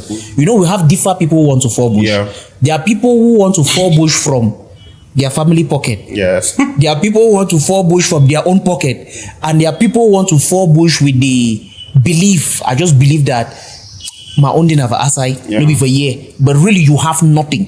What's the advice you're giving to any one of these people on the journeys to take? That's what do you do if you really want to live? What are some of the things you should consider? The first thing I always tell people is travel to the right country and for the right reason. That's the first thing. Now, it's very easy to travel abroad and still very difficult to travel abroad. Do you know that you can travel to the United States of America without spending up to 2 million? But people spend 12 million and they don't still travel to the US. The thing is that we tend to rely so much on people to help us do things that we can do for ourselves. If you want to go to the US, it takes about less than 100,000 to get an interview. It takes less than 150,000 from, if you're not even doing medicals anyway, so you're not even doing medicals. Now, what are you even spending money on? You don't need to spend money to travel. Now, does it also mean that you will just wake up today and you get that 100,000 to go and get a US appointment, get a visa to travel to the US? No. There are things that you need to do to build yourself. Build yourself before you go for the visa. Don't go for the visa before you come to build yourself. And now people fail their chances of getting visas to travel abroad because you will just wake up, you did not do the necessary groundwork before you go to the embassy to get your visa. And by the time you get there and they deny you a visa, it goes into your records. And tomorrow before you come, you already have the stay. Research your destination, the country you want to travel to. For example, now the US is open up for jobs because with the new government, a lot of people are being deported. Some are at home and not doing. And the US government will be opening the HB1 visa window on the 7th of March, which is for employment. Now, is this an opportunity that you can get? It depends on how you have built yourself before that time. You cannot feed your fowl on the day that you're going to send to the market. You have to build yourself and position yourself for these opportunities. So that if it comes up and they're needing people, you should be able to say that, okay, I have these skills that I needed. I can be able to do it. If you want to, the opportunities are coming up every day. You are an employer, for example, and there is this thing I want people to know. When you get the right worker, you are more than happy than the worker that you have gotten. That is the thing, because people don't know. When you come and I employ you, when I'm employing you, I am more than happy. I'm happier than you. You are doing me a favor if you are the right worker. If I get you on the right person, you are doing me a favor. I'm not doing a favor by employing you. So that's how countries do. The US needs people, Canada needs people, all the countries they need people, but they just need the right people. So build yourself. If you want to go to a country, research the country and build yourself to be the right person that the country needs. And that's why when you go to the embassy and they see that you're the person they need, they are so happy to have you in their country. It's like, it's a pleasure having us in your country. Just like in your home, there are some guests that you receive and you're so happy receiving them in your home because they have built value. And there are some people that if they call you that you day house and no day house, I'm at home and I know day house. I love the simplicity of what you've said, and it's good we take them step to step. Now, you know, this topic is a serious one. Yeah. A lot of people are like, you know, there are people who've gone to the embassy severally. There are people who are longing to go to the embassy. There are people who've gone through a lot just to, like, you've talked of people spending up to 12 million and can still not leave the country. Yeah. Why? Because of these basic things. What does it mean to travel in the first place? Yeah. Do you even think about that? Yeah. And now you're taking us up to the scenario of saying, okay, when you actually bring someone in, there is a joy in the heart of the person receiving you than it is in your own heart who's coming in. Yes. Because you don't understand the way it is. I mean, you talked about being an employer. I mean, it's so like, when we bring someone in, I always tell people in my office, I tell them, man, see, we are so privileged having you. Yeah. We are happy having you. We really know we need you. I said this in my office. Mm-hmm. We need you more than you need us. That's it. Because you chose us, decided to apply here, and now you coming in with the right fit will just make us the best if you invest your all. Yeah. I mean, if you work with this ideology now, okay, preparing yourself beforehand. So who is going to apply for a visa? Yeah. Now becomes the question. Yeah. Who is the person going to apply for a visa? Now, this is the thing. The systems for all countries are well put in place. The internet has everything at our disposal. I don't know. I have my daughter is going to 7 years, and she challenges me every day with the internet. Immediately she tells me something, I'm like, she just Googles it and bring it out to me and tell me. She's still going to 7 years. There are times that she uses terms like when I was talking with her on phone the other day, she looked at my lights in the house, they were so blurry, and then she told me that, why do you look so pixelating? I'm like, okay, what's the meaning of that? We're still on Snapchat. She just said, give me a minute. She just Googled it and then screenshot and sent to me on Snapchat. I said, don't know. Then the other day went to my office and she said, your office looks so humongous. Okay, at the same time. Now, this is because people, we have to make good use of the internet. Everything that you need is on the internet. Mm-hmm. It is there. Mm-hmm. If you Google, if you want everything, like if you want to say how to get to the US within 5 days, just Google it. It will give you, people have been searching it. I will give you people who have tried it and what they try and fail and what worked. How to get a US visa without having money in my account. Just Google, ask Google. Why are you asking me? Go and ask Google. Google is there free of charge. We don't use Google. Most of us, we just wake up every day, sign into Facebook, you look at videos and all that, you go to TikTok, you dance. My daughter told me that Daddy, I don't like TikTok. It's just for lazy people. So I like watching YouTube videos, like looking things that will make me. She's 6 years old. And that's why she uses most of those terms and those things, because she Googles them every day. She learns. She can write a letter, everything at 6 years. So now, everything you need, ask Google. You can ask Google. Google can tell you literally everything. That is it. Everything. Because when you just learn how to use it and how to ask the right question, and you will get and people will get those. So people don't know this thing. A lot of things that I've done, that I do. Businesses. I created a company in the US without using you know about it because you guys did this for me. So I went through the company, created the employer's identification number, everything. I did not consult anybody. I was doing everything. I did not consult a lawyer. I was doing everything. And I've been using this same Google. There are people who come to the US and sometimes they get to me for some kind of service. There are things that they can do. But you come to me, I'll bill you. I can sit, there are jobs that I sit and do in one day for $5,000 in hours. And that's, you could do it. You could sit on Google and you learn how to do it. But if you come and meet me, I'll charge you. I'll tell you. Just this evening, a lady sent money to my account to do something. work through a process for she could do it. I built her. I told her that's what I want to do. That's how much I will charge you. If you want me to do it, yeah, because you are lazy to go to Google and do it. And when she send the money, when I go home now, I can sit on top of my laptop for 1 hour. I do the thing, and that's it. But you could do it on Google because we are lazy. We don't want to learn. Well, I love the simplicity of how you've put it out there.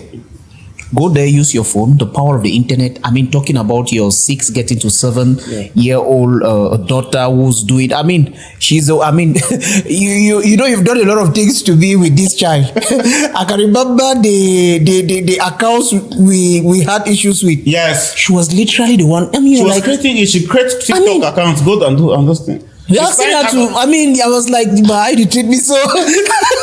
She created the email, created TikTok. She does those. She signs out of my TikTok account, go into with her account, and then she multitasks at 6 years. Yeah. It's so important to see a child of 6 actually using the potential of the net. And we have adults who've gone to school, people who are actually in school, doing a lot of things and cannot just apply what they've learned. Yeah. Because we are taught all of this. I mean, someone like me, I'm a result of what? Self-development. And how do we develop self? It's through personal research based on the problems you have. Yeah.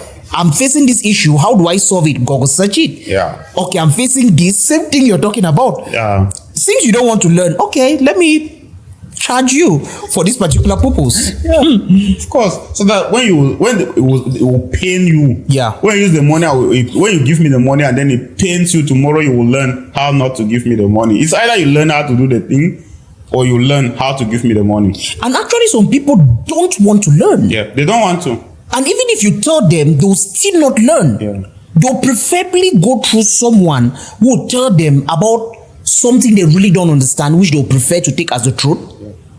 That's it. They don't want to. These are the kind of people those kind of people, they're always in the society. Yeah. There are people you will show them, they will be like, they'll always see a difficulty in every opportunity. They don't see an opportunity in difficulties. So they're the kind of people. So if you want to be a person of value, see a difficulty in every opportunity, see an opportunity in every difficulty and not difficulties in every opportunity. Wow. Yeah. That's it. That's a statement for you if you want to actually be a person of value. I mean, in a simple term, Ngong Christian today has given you steps on how to actually be able to take your destiny in your own hands. Because now, if you go through these particular steps, actually do your research, you may want to travel this year, but because of what you learn, and know personally, believe me, it may take you 3 more years before you go apply for your visa. And that you go applying for the visa confidently with all of what you've learned. Good. It is good to take 3 years and apply for a visa and have it than to apply for a visa and stay 5 years without ever having it. You see, if it means building yourself, that's why from the beginning of this podcast, we talked about knowing yourself, who you are, and what you can be able to do. Just because somebody when I had the visa after 1 month does not mean that you can have it at 1 month. Build yourself until you're confident.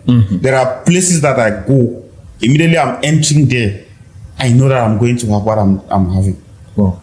When I was doing, I started doing my IT, then I was just in the training for 4 months when I started with my IT course. And then within those 4 months, I had my first interview. I didn't even go through, just the first interview. And before going to the interview, I had what I knew that was in me because I felt it, I built myself. There are 2 things. It is either, it's not always like the time that you must take that, you must say that, okay, I have to take 1 year because people are taking 1 year to have it. Or I have to take 2 months. Always evaluate yourself and know what you can be able to do within which time frame. These are things that you do. Know yourself. There are things that people can do for 10 years and you do it for 1 year. And there are things that people can do for 1 year and you do it for 10 years. Always evaluate, know who you are, what you can do. Don't overdo it and then don't undervalue yourself as well. No, it's very important. And for these visa traveling opportunities, I'm sure you've heard the best advice ever today on Value Talks, because actually we are here to build value. Reason why we bring you people in the society who've actually been able to accumulate a lot of experience, go through a lot of failures, because with all of this, I mean, it's the best lesson. You can actually learn from here and become your better. From today, I mean, with Value Talks today with our guest Ngong Christian, I'm sure you're really learning a lot. And we pray you apply it. So one day you DM him on the socials to tell him that actually I listened to your talk 1 year, 2 years, 6 months ago. And as a result of that, I took some steps in my life, which, because I mean, if as a philanthropy that he is, this one is one of the biggest social capital he wants to give out there. So listening to us today, we really want you to see ways to apply all of this into your life. I don't have anything again to tell you pertaining to travel, because this one was a very simple, short and explanatory class towards your wanting to travel to any country you may want to go to in the world. And we are really happy that you're dishing out all these particular values in a very simple way. You are someone with your NGO doing a lot of things internationally, touching life nationally, more especially, making it sure that, because when I see the work your people do down here, they are consistent, so devoted, people who really love people the same way you do. I mean, it's a shout out to your team, because I always see them on pictures, videos, doing the work. Yeah. So what really inspired you to finally put your handiwork in a book? Well, like they say, everybody has a story, but it takes only the courageous people to put the story out there. Yeah. It takes a lot to be able to explain to people. And now, like I said, I have more joy in building people and in giving out. Yes. And I gave out my life to everybody through Beyond Limit, because I cannot keep on telling you every day, don't do this, don't do that. I gave out practical steps where I failed, so that you should not fail. I know that people always want you, like, okay, if you have discovered your problem, go and discover your problems yourself and then fail yourself. But before you go there, I've already told you that there is a problem there, because my life depicts the life of every young man who has grown up in a struggling home, who is fighting life, who is fighting life's battle and wanting to make it. And if you are that kind of person, that is why I wrote Beyond Limits for you. Oh. Because with this book, you have all the failures that I encountered, and then what I did to go through those. And that's why you see at the end of every chapter, there are lessons. Yes, lessons learned. Yeah, lessons learned, so that you can be able to get them. So it is a practical book. It's not just fiction. This book is just it's a book for self-development. You are not reading about how Romeo and Juliet, who never existed, fell in love. No. You are not reading about the tales from the language. You are not reading those things. You are reading about a book from somebody who is talking about real life experience. A book that somebody is telling you things that he went through and how you can be able to go through them and then succeed. I put practically my whole story, my whole life, summarize it and put together for the world to read and see what I've gone through and how they can be able to navigate through those places too. Now, I mean, the book is really different, because when I started reading the book, given it that I was reading an author I know, at the beginner stage, I really did not believe I was to go through the book. I thought I was to be reading things I know. You know, like there was this euphoria, like, yes, okay, this one I'm reading a book authored by Ngong Christian that I know is someone I discuss with. Yeah. I'm not really sure the fire in this book will catch me. But I really was shocked to see that I could come day to day in my office, sitting there, going through the book, and every chapter of the book was so interesting, and giving it the lessons and everything. I think this book is a must read for a lot of young people, and especially aspiring authors. Or if you're a successful person out there, I think this one can give you more reasons why you should put out your story. Yeah. You should put out your story. I think Beyond Limit is a must read. It's a book you should read. It's a book. I mean, you put everything. into this book. Yeah. And it's a serious gift. Is there anything particularly in this book you want to talk to us about? Not actually. Square, not the entire book, any particular elaboration? No, of course, I believe that our program tonight, our talks tonight have really just been about that book, because almost everything Yes. I talked about has been in that book. Yes. That book is, like, just to add that the book is available. You can get it here at Passion Studios. We are going to be making more copies. You can also get it at Amazon. We have both soft copies and hard copies at Amazon, which can be delivered to you at anywhere in the world. Just get a copy of that book and then transform your life. I hosted some people from coming my house in Yaoundé this weekend, and most of them who know you know what it means for your own people to be buying a book. Yeah. Who know my story. They were like, some of them were begging me, I have this amount of money, please, I need this book. I want my children to read this book, because they know my story, and they know that I must have done something so extraordinary to be able to get that level. And since I have a book like that, they were like, no. Imagine when you see people begging you, like, they don't have the money. Like, somebody, if you are telling a book for 5,000, somebody's begging, they have 3,000, and that's all the person really has. You see the person struggling. It's just like the person wants to buy something of value. Because I don't want you to buy the book because you have some 1 million somewhere, you just want to remove 5,000 and come and buy the book. I want you to remove like your last money that pains you and buy this book. So you will read the book and then make something out of the book. Yeah, it's very important. This one, like the importance of reading. You know, the social media age has made a lot of young people to think they know. To think they know, they think they understand, they think they study. And not knowing that all of this is driving us from the environment of reading. There is an importance in reading, because seriously, reading makes you like, okay, a chat with yourself again. Yeah.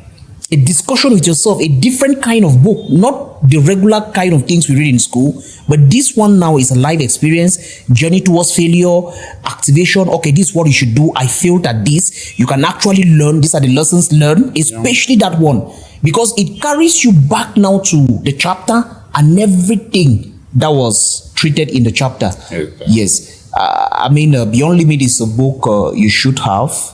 Try have the book. Like you've heard, you can have it here at Passion Studios. With the numbers on your screen, you can always contact us for a copy. You have it anytime in the nation and worldwide. Like you've heard, it's also on Amazon. You can check it there. Beyond Limits author Ngong Christian on every platform. So you're an aspiration, and I'm sure a lot of people will be very happy they've heard your story from your own very mouth, elaborating and telling us everything we are supposed to do. Yeah. How does it feel waking up in the morning and you're being tagged from like 15 different ends, people writing stories about you? You have to read, like you read all of this. How does it feel? How do you digest that? Somebody told me that they send me a message on Messenger. I told them my Messenger has spoiled. Why? Because every second I receive a message on Messenger, so I no longer read it. I told them, I know you cannot write, my Messenger has spoiled. I don't have Messenger. Because if you write me on Facebook, you can never get me. Because like somebody like me who receives 1,000 messages a day. And when I'm saying that, it's not an exaggeration. They come in like that in thousands. Now I wake up, I see more blogs tagging me up and down. Like everywhere they tag me, I see mentions. You see sometimes more than 100 people mentioning your name at the same time. Now, but that is the price I'm paying. That's the price. I just like it's never been easy, because even with the page managers that I have where they help in management, there are things that I need to personally go through them myself. Yes. See them. So I get to. That's why it's like I told somebody that 24 hours a day is not enough for me. They need to add some few hours for me to, because how do I get to manage this work, manage this and that at the same time? That's why I have put a timetable for how I deal with my Facebook. There are times in a day where I have 1 hour directly for Facebook, nothing more. I go through, I work on Facebook too. That's my job. So I'll take an hour if I decide that, okay, this particular one is just for Facebook. If you like, you do anything. At that time, I'm not responding to you. I am there. I'm going down step by step, taking things that matter. And that's why you cannot see me involved in negativity on Facebook. I don't have time for that. When I click to my timeline, I check people that matter, topics that matter, comments that matter, mentions that matter, and they respond to them. You cannot expect me to be talking to somebody who needs a solution and also trying to talk with you for insulting me. What did I do? When you insult What did you do? You did everything. So now if I see a comment, if you come on a comment, I'm coming through my timeline and I see a comment that is insultive and I feel like I'm tempted to respond to that comment, I'll delete it so that I will not respond to it. Yeah, I'll just delete it because I can never. If you look through, this is a track record. Go through, you will never see me respond to a comment that is negative. You will not. You will not see me where there is negativity. You will not find me. Why? Because I'm spending more time on positivity. That's why I'm that person who sees positivity in every negativity. I'm not the person who sees negativity in every positivity, and that's what has been keeping me going. And the social media space is so funny because even people who don't know you still come negative on you. It's mostly those who don't even know you. Seriously? Yeah. I posted a picture in my house and one guy came and said that it was Photoshop. Somebody who doesn't even know me. I asked myself first question. So this, if it's Photoshop, who is the kind of person supposed to have this kind of a house? Because you don't even know me to know whether I can have this kind of house or not. You said that it was Photoshop. I posted a picture in my office in the US. Another guy came and said that it was somebody's office. I went and sat and borrowed the office. You don't even know me. I'm like, okay, so this person that has this office that I went and sat and borrowed, is this person created from another planet? Why should I not also have this kind of an office? So that's how people, most of the people that insult you online and say things about you, they don't know you. They just feel pain that somebody is making it without even knowing you. So the way you manage that is that you just ignore it. And yes, I ignore. And there are some of them that are really hard to ignore. They are so tough that you have to respond. So what I do is I delete them so that I should not even respond. Okay, because so as not to even see them again. There are some comments that those are the ones that are really temptation. Those ones have been prepared from the pit of hell and sent to you with an attack. Yes. So when those ones come, what I do is that I just delete it and move forward. Because when you delete it, and even you later change your mind to reply, you will not see the comment. You will not see the comment again. Deleted. Yeah. Yeah. And sanitize. Yes, you know, from someone like you, it's very important. A lot of young people who are still striving for fame do understand the way this thing is being managed, because with the number of blogs tagging you, we can just imagine how many messages you receive. Yeah. Like what you've said, because there are many who want to write to you inbox, do not want to come public, and not to talk of the ones who are demanding, and the rest is, I mean, like managing all of this to you is okay. You go through them, you have an hour, you go on your particular platforms to go check what's happening, and the rest, you ration your time.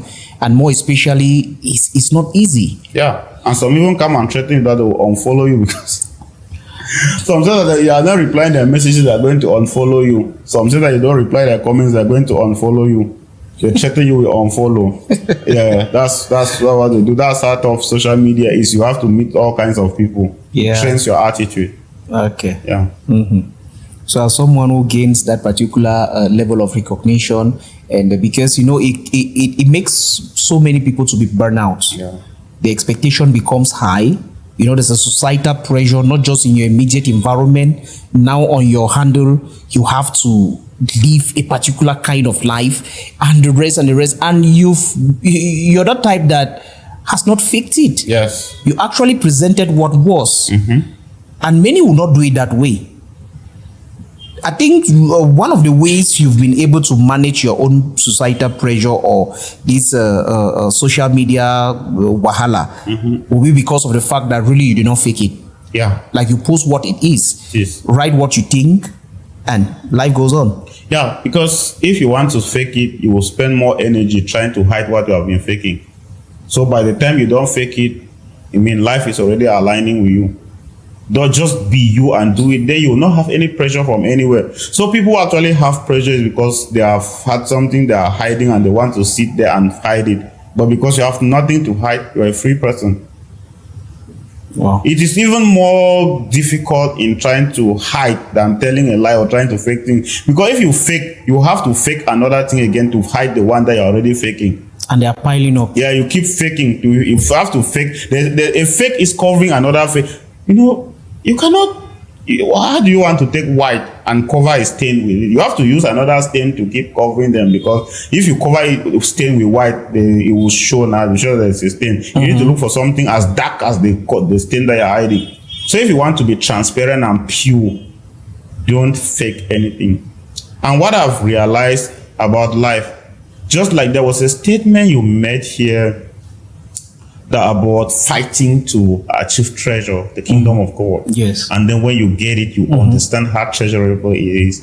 There is so much treasure in being pure, in not hiding anything in life. Because when you realize how much energy you have spent trying to hide things, trying to fake things in life, then you will see how free you will feel when you finally become free. You are liberated. You are disentangled from the chains of the world. You are disentangled from the chains of fakeness. You are disentangled from the chains of trying to prove a point to people, trying to make people understand that you are what you are not, trying to understand people believe that you are at the top even when you are at your lowest. Just be you. Just flow. I have some bushwallahs asking me how they should, they left for abroad without actually having a lady this way. What are they going to do now? Since coming back, everyone knows you're a bushwallah. If you have to chat with someone from there, the person knows you're a bushwallah. So now they are trapped from this angle. If family has to look for a wife, they are looking for a wife for a bushwallah. Yeah. So right now, this particular person is trapped. So what can be some of the... What can this person really do? Yeah, and then this is another thing. There are some people that will have to fake, that they want to fake to get a wife or all that. So when you fake, what happens after that? Do you know that as you are faking, another person is also faking? You are not the only person that has the power of monopoly. My daughter asked me the other day, when are you coming? I said, I'm coming tomorrow. And then tomorrow I did not come. Tomorrow she was saying I did not come. She asked me again the other yesterday, when are you coming? I said tomorrow. She told me that I'm not that stupid. You see, you are not the only person with the monopoly of knowledge and wisdom. That's why when you want to fake to people, you think that you are a bushfella, you want to come and fake somebody, that you are this kind of person to get a wife. When you fake and you finally get that wife, just know that there will be payback time. The thing is, just be real, be yourself. You will have your own person. Despite the fact that you're a bushfella, there is not every lady that is out there for your money or is out there because you have the money. It is you to know the kind of lady you want, get your standards, and know what you are supposed to do to get the kind of lady you want. This is not always there's nothing in life that's even 100% successful or true, but just do your best. Don't come and pretend that you are this so and so person because you want to find someone and tomorrow. And it's very easy. I know this kind of things very well. There are some times that you want to pretend. These people also do their background checks. You think that you're the only one who knows that you're a bushfella in this world. You want to pretend that you are this. They will also do. Ladies are doing their background check. And by the time that they discover that you are pretending to be this one, they will also act. It's action versus action now. They say 3, 2, 1, 0. All of you start acting. You are acting. She's acting. Yeah. And you feel like you are the only person. That's when they will really deal with you. And that's true. Yeah. It is after marriage when you go to America, they will not call you baby again. They will call you Martin. No, try that thing for the house. Yeah. So be yourself. Be real. Just be real. Okay. So you've heard us. Be yourself. Be real. Try as much as possible. Nothing in life is 100%. So you do your own and go for your match, and we are sure it will happen for you the right way. So there's something we do for our last guest. Okay. The last person that comes on the show leaves a question for the next person that will be coming. So you have a question, and you'll be leaving the question, we'll pause the next person who will be on the show. Wow. You guys did not tell me you're going to put on a hot pot.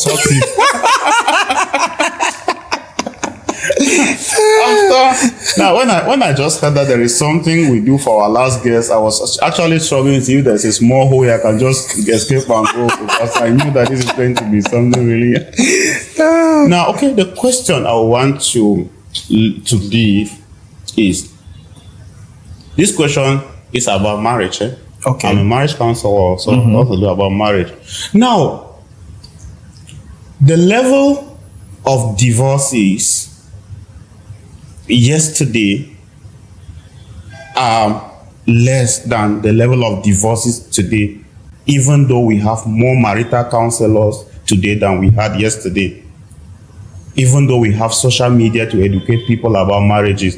So why has there been a dramatic increase in the level of divorces when the world is advancing instead of us, despite the fact that we are fighting? The more we fight to limit divorces, they are instead increasing. So what can be the cause of so many people divorcing today, despite the fact that we have many marital counselors fighting against divorces?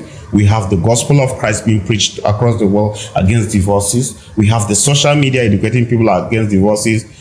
Why is it that everything that is meant to fight against divorce is instead working for divorce? Question for the next guest. Okay, question for the next guest. So our next guest will have the question. So you guys pen it down so don't forget. That's the question for the next guest. So your question that came from the previous guest, okay, still on the angle of marriage. The question was posed talking about still divorce.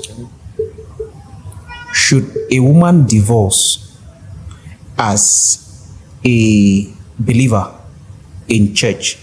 That's, you are with your husband, you are a believer, both of you, as a result of domestic violence, resulting from what? The woman attending church too much. So everything about the counseling is because the man will say, okay, she's headstrong. This church issue has become something in my home. So domestic violence, should a woman leave the home or stay for the purpose of, I don't know. Okay, I'm going to, this is, since it comes from the Bible, I'll also handle this question biblically. Yes. Because the only instant where the Bible encourages divorce is when there is fornication or adultery. That's the only place where the Bible talks about divorce. It doesn't talk about domestic violence. And now, when you get married to your husband is the head of the family. The husband is the Christ in the family. When the husband keeps beating you, ask yourself, first of all, instead of going to divorce, because how many husbands are you going to divorce? First, I want to say that categorically, I will not encourage divorce in this case, where your husband is beating you because you are attending church too much. Your husband is the head of the family. You must not attend church too much to go to heaven. Take care of your family business, because if your husband complains that you're going to church, I know I'm not encouraging any man out there to beat a woman, because if I'm to encourage people to divorce, I can say that divorce if the husband is beating, but biblically I will not say that because it is not right. But sometimes because of emotions, if you are beating my sister in your house for whatever reason, I'll just come and take her out. But now, in this case, I want to say that it is a no. If you are a woman married to a man, respect your husband first. Because if you don't respect your husband, Christ is not going to accept your prayers.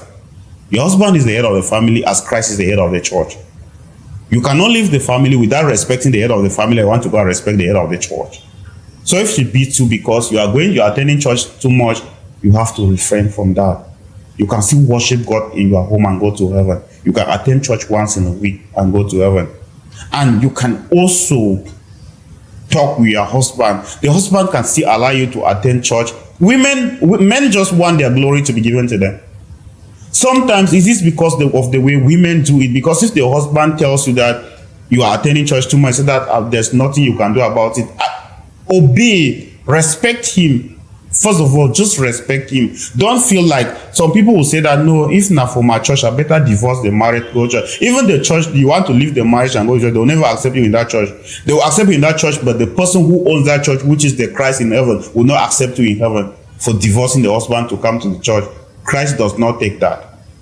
So I will not advise you to divorce your husband because of domestic violence. Who is beating you? Because you keep attending church too much. So you are the cause of the problem. You are causing that man to sin. If that man goes to hell tomorrow, you are the one who sent him to hell. So biblically, Ngong Christian has made us to understand that the only reason why the Bible permits divorce is fornication, adultery. So if not be that one, still at that there will be discussion. I think so, right? Yeah. Still when there is adultery. Yeah. And then in most, like some of these cases, like I was talking with one of my the marital counselor, Mrs. Asanje Effet, who visited me last time. We talked about this issue of divorce. There is always room for separation, not divorce. The Bible always gives enough room for separation. Separate, and then you guys should go apart and pray again, ask God questions, reevaluate yourself, and then if it's coming back, you can come back. Don't always rush to divorce. So in whatever the case is, always try to separate first before you come to divorce.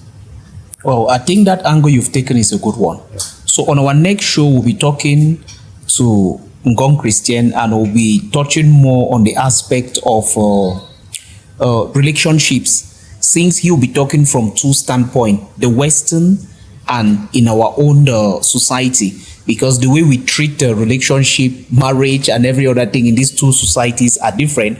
So in our next podcast with Ngong Christian, whenever I visit the country again, I'm sure you'll be learning a lot pertaining to this divorce angle. I love what he said. So a follow-up will be done on this when next we have him again on the podcast. I'm sure you've really enjoyed yourself today on the podcast. I'm sure you've learned a lot of things here on Value Talks, and you'll be educated. Want you to actually do an inbox to tell him that which you've learned, encourage, and this particular societal capital we are giving out, especially the angle of bush falling. I'm sure you've learned something there. If you've not listened to that particular one, rewind and go listen to that particular part so you don't fall the victim. Better 3 years before going to apply than apply now and be rejected forever. So try it. So Mr. Ngong Christian, yep. You give a take-home message to our viewers. Where is his camera? Okay, that one. So you give a take-home message to our viewers who are looking at you right now. They've listened to you talk all through. So give us a take-home message. Well, the take-home message I want to give today is you should be a master of yourself. Be a master of yourself. Discover who you are. Go on a journey to self-discovery. It doesn't matter how many times you have failed or how long you have been failing. You should not keep on trying without knowing the reason of why you have been failing. Because no matter how you try, without knowing why it's not been working, you can actually try forever. Rediscover yourself, take a step back, and ask yourself why it's not been moving, and then you move forward. That's the little advice I'm going to give you tonight. And I want to encourage you to keep watching Passion TV wherever you are. Passion TV is the hub of Cameroonian entertainment. Thank you. Thank you. Passion TV is the hub of the Cameroonian entertainment, and that's why we are called the back-to-back. We are the back-to-back entertainment, and there was a good one